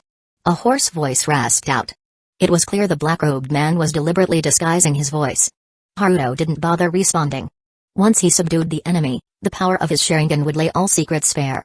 He pushed his lightning-style chakra to the limit, striking repeatedly. Each sword slash was faster than the last, interwoven with techniques like the Chidori sharp spear. Even someone as formidable as the black-robed man was forced to retreat. This guy's movements. Haruto's brows furrowed deeply, a flicker of unease flashing in his eyes. He realized he was unable to gain the upper hand in sword art. In terms of raw speed, the man was on par with him. But what truly made the difference was the enemy's overwhelming combat experience, which effectively neutralized the advantage granted by his Sharingan. In a way, that experience dulled the gap in perception that his Dojutsu would have otherwise guaranteed. This led Haruto to a sobering realization. The face hidden beneath the mask had to belong to a member of the old generation of shinobi. Perhaps even a legendary figure long concealed by the shinobi sect. With this understanding, dazzling blue lightning condensed into purple lightning. Through his superb chakra control, Haruto compressed the energy onto the blade of his Kusanagi sword, enveloping it entirely. His left Mangekyo eye glowed faintly as he suddenly hurled the weapon forward. "What is this?" The black-robed man frowned slightly. Why would his opponent suddenly discard his weapon in the middle of a fight? He knew who stood before him, and understood the depths of the young man's abilities. Such an uncharacteristic action could only mean one thing. It was a trap. He shifted slightly to evade the incoming violet streak, only for it to abruptly veer off course and home in on his heart with unrelenting precision. In that split second, the black-robed man pushed his speed to its absolute limit, but the blade remained fixed on his chest, as if drawn by an invisible thread. It looked as though the next instant would see it pierce his heart. Anyone else would have already fallen under the sway of Haruto's ocular technique. Without godlike speed and the perceptive insight of an eternal Mangekyo Sharingan, dodging a second time was all but impossible. What kind of ocular jutsu is this? Magnetism? Telekinetic possession?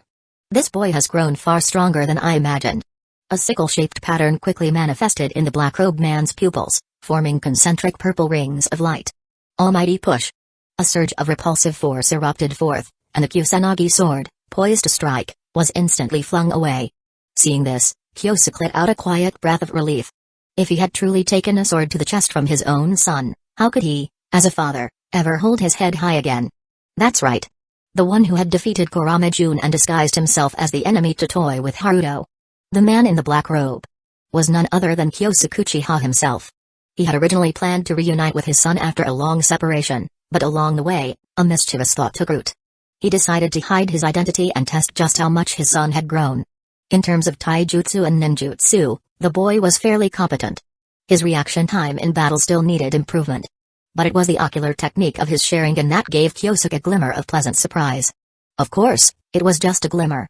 Even without activating his Rinnegan, Kyosuke had countless ways to counter such techniques. He had simply chosen the swiftest and least revealing one.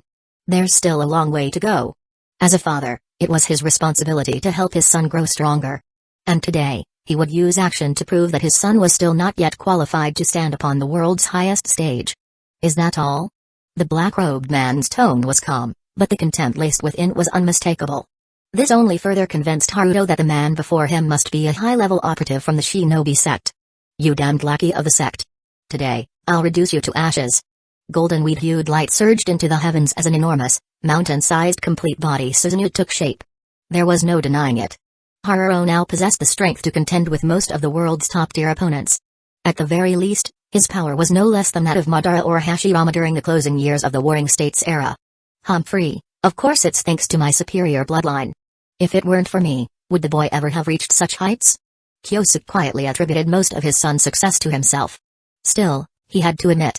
His son was indeed a rare talent. That too brought him a measure of pride. That being said, Kyosuke never held back when it came to teaching tough lessons. So this brat thought the opponent before him was some lackey of the shinobi sect?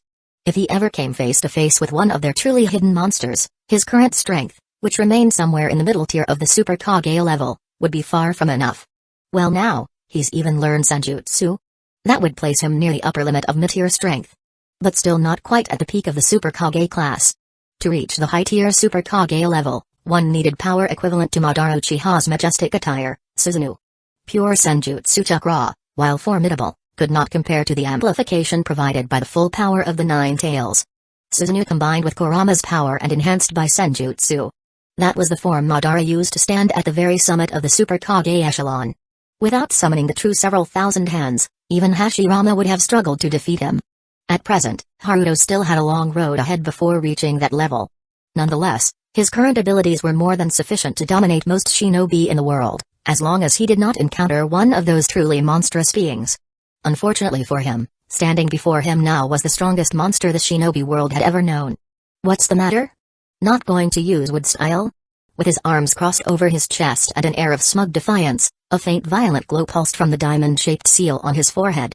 Haruto Uchiha stared down at the masked figure from atop his Susanoo. Or is it that you don't even know how to use wood style? That insolent brat. He had certainly learned how to mock his opponent properly. Yet, it was only then that Kyosuke finally understood why his precious granddaughter so often stood with her hands on her hips. Clearly, she had picked up that habit from this shameless little punk. Gripped by a sudden surge of anger for corrupting his beloved little girl, Kyosuke silently decided to raise the severity of his disciplinary lesson just a notch. It was time this rascal learned what it truly meant to face the wrath of a grandfather. Before Susanoo could even react, Kyosuke stepped forward with just the slightest exertion of strength. Instantly, the ground within a dozen meters cracked and collapsed beneath him, as if the very earth feared his presence. Haruto's expression shifted slightly, a flicker of unease flashing through his eyes. But he didn't hesitate. He activated his eye technique, forcibly altering reality itself to ensure that Susanoo's mighty blade would land cleanly upon its target. What happened next, however, left him utterly stunned. The slash, which carried the force to shatter mountains and split the land, was intercepted. Head-on.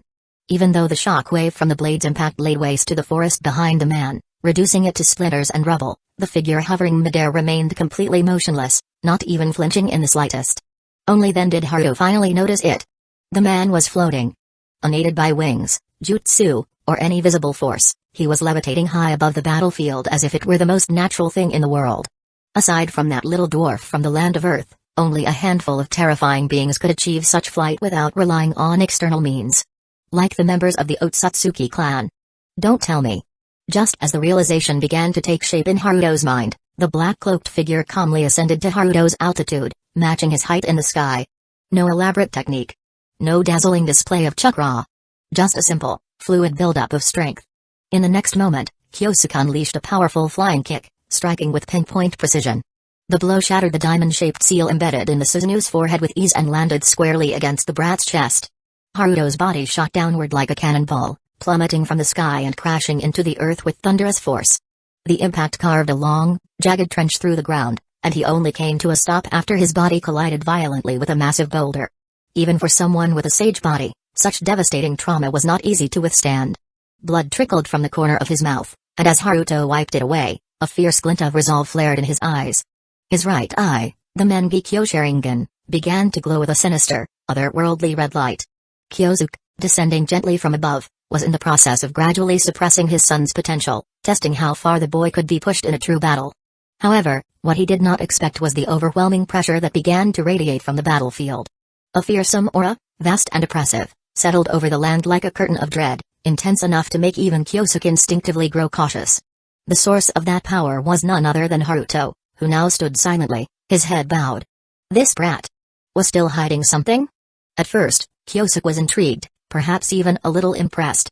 But soon, a sense of unease crept in. Something wasn't right. His expression darkened slightly. Activating his Rinnegan, he tore through the timeline, causing an attack set to land 1 second in the future to manifest instantly. Just as Haruto prepared to unleash everything in a final, desperate strike, a sharp pain shot through his neck. In an instant, he lost consciousness and collapsed to the ground like a puppet with its strings cut. Phew. That was close. Nearly let things go too far. Kyosuke exhaled in relief, though a strange sense of guilt tugged at the edge of his conscience. If his wife and daughter ever found out that he had nearly beaten their son within an inch of his life, they would most certainly not be pleased. Wait a second. This isn't my fault.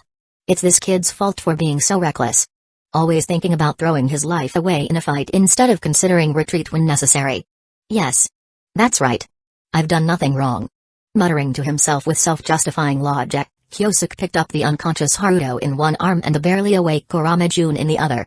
Opening a spatial rift, he vanished from the battlefield and reappeared in a secret laboratory that Yaoi had prepared. Ahem. Time to get to work. Facing Yaoi's cold, unreadable gaze, Kyosuke, for once, felt slightly awkward. Not long afterward, both Yuto and Kurama-jun began to regain consciousness. When Haruto opened his eyes and saw Aunt Yaoi standing beside the hospital bed, he felt a flicker of confusion. Had she traveled such a long distance just to save him?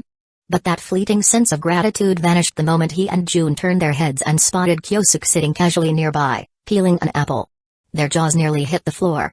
Teacher? Kurama-jun was utterly dumbfounded. He even wondered whether he had fallen into a genjutsu. But wait. Wasn't genjutsu his specialty? Haruto, however, calmed down quickly, his sharp mind already piecing things together. He soon reached a conclusion. That black-robed man had been his father in disguise all along. Who else in the entire shinobi world could so thoroughly crush him without giving him the slightest chance to fight back? Damn old man.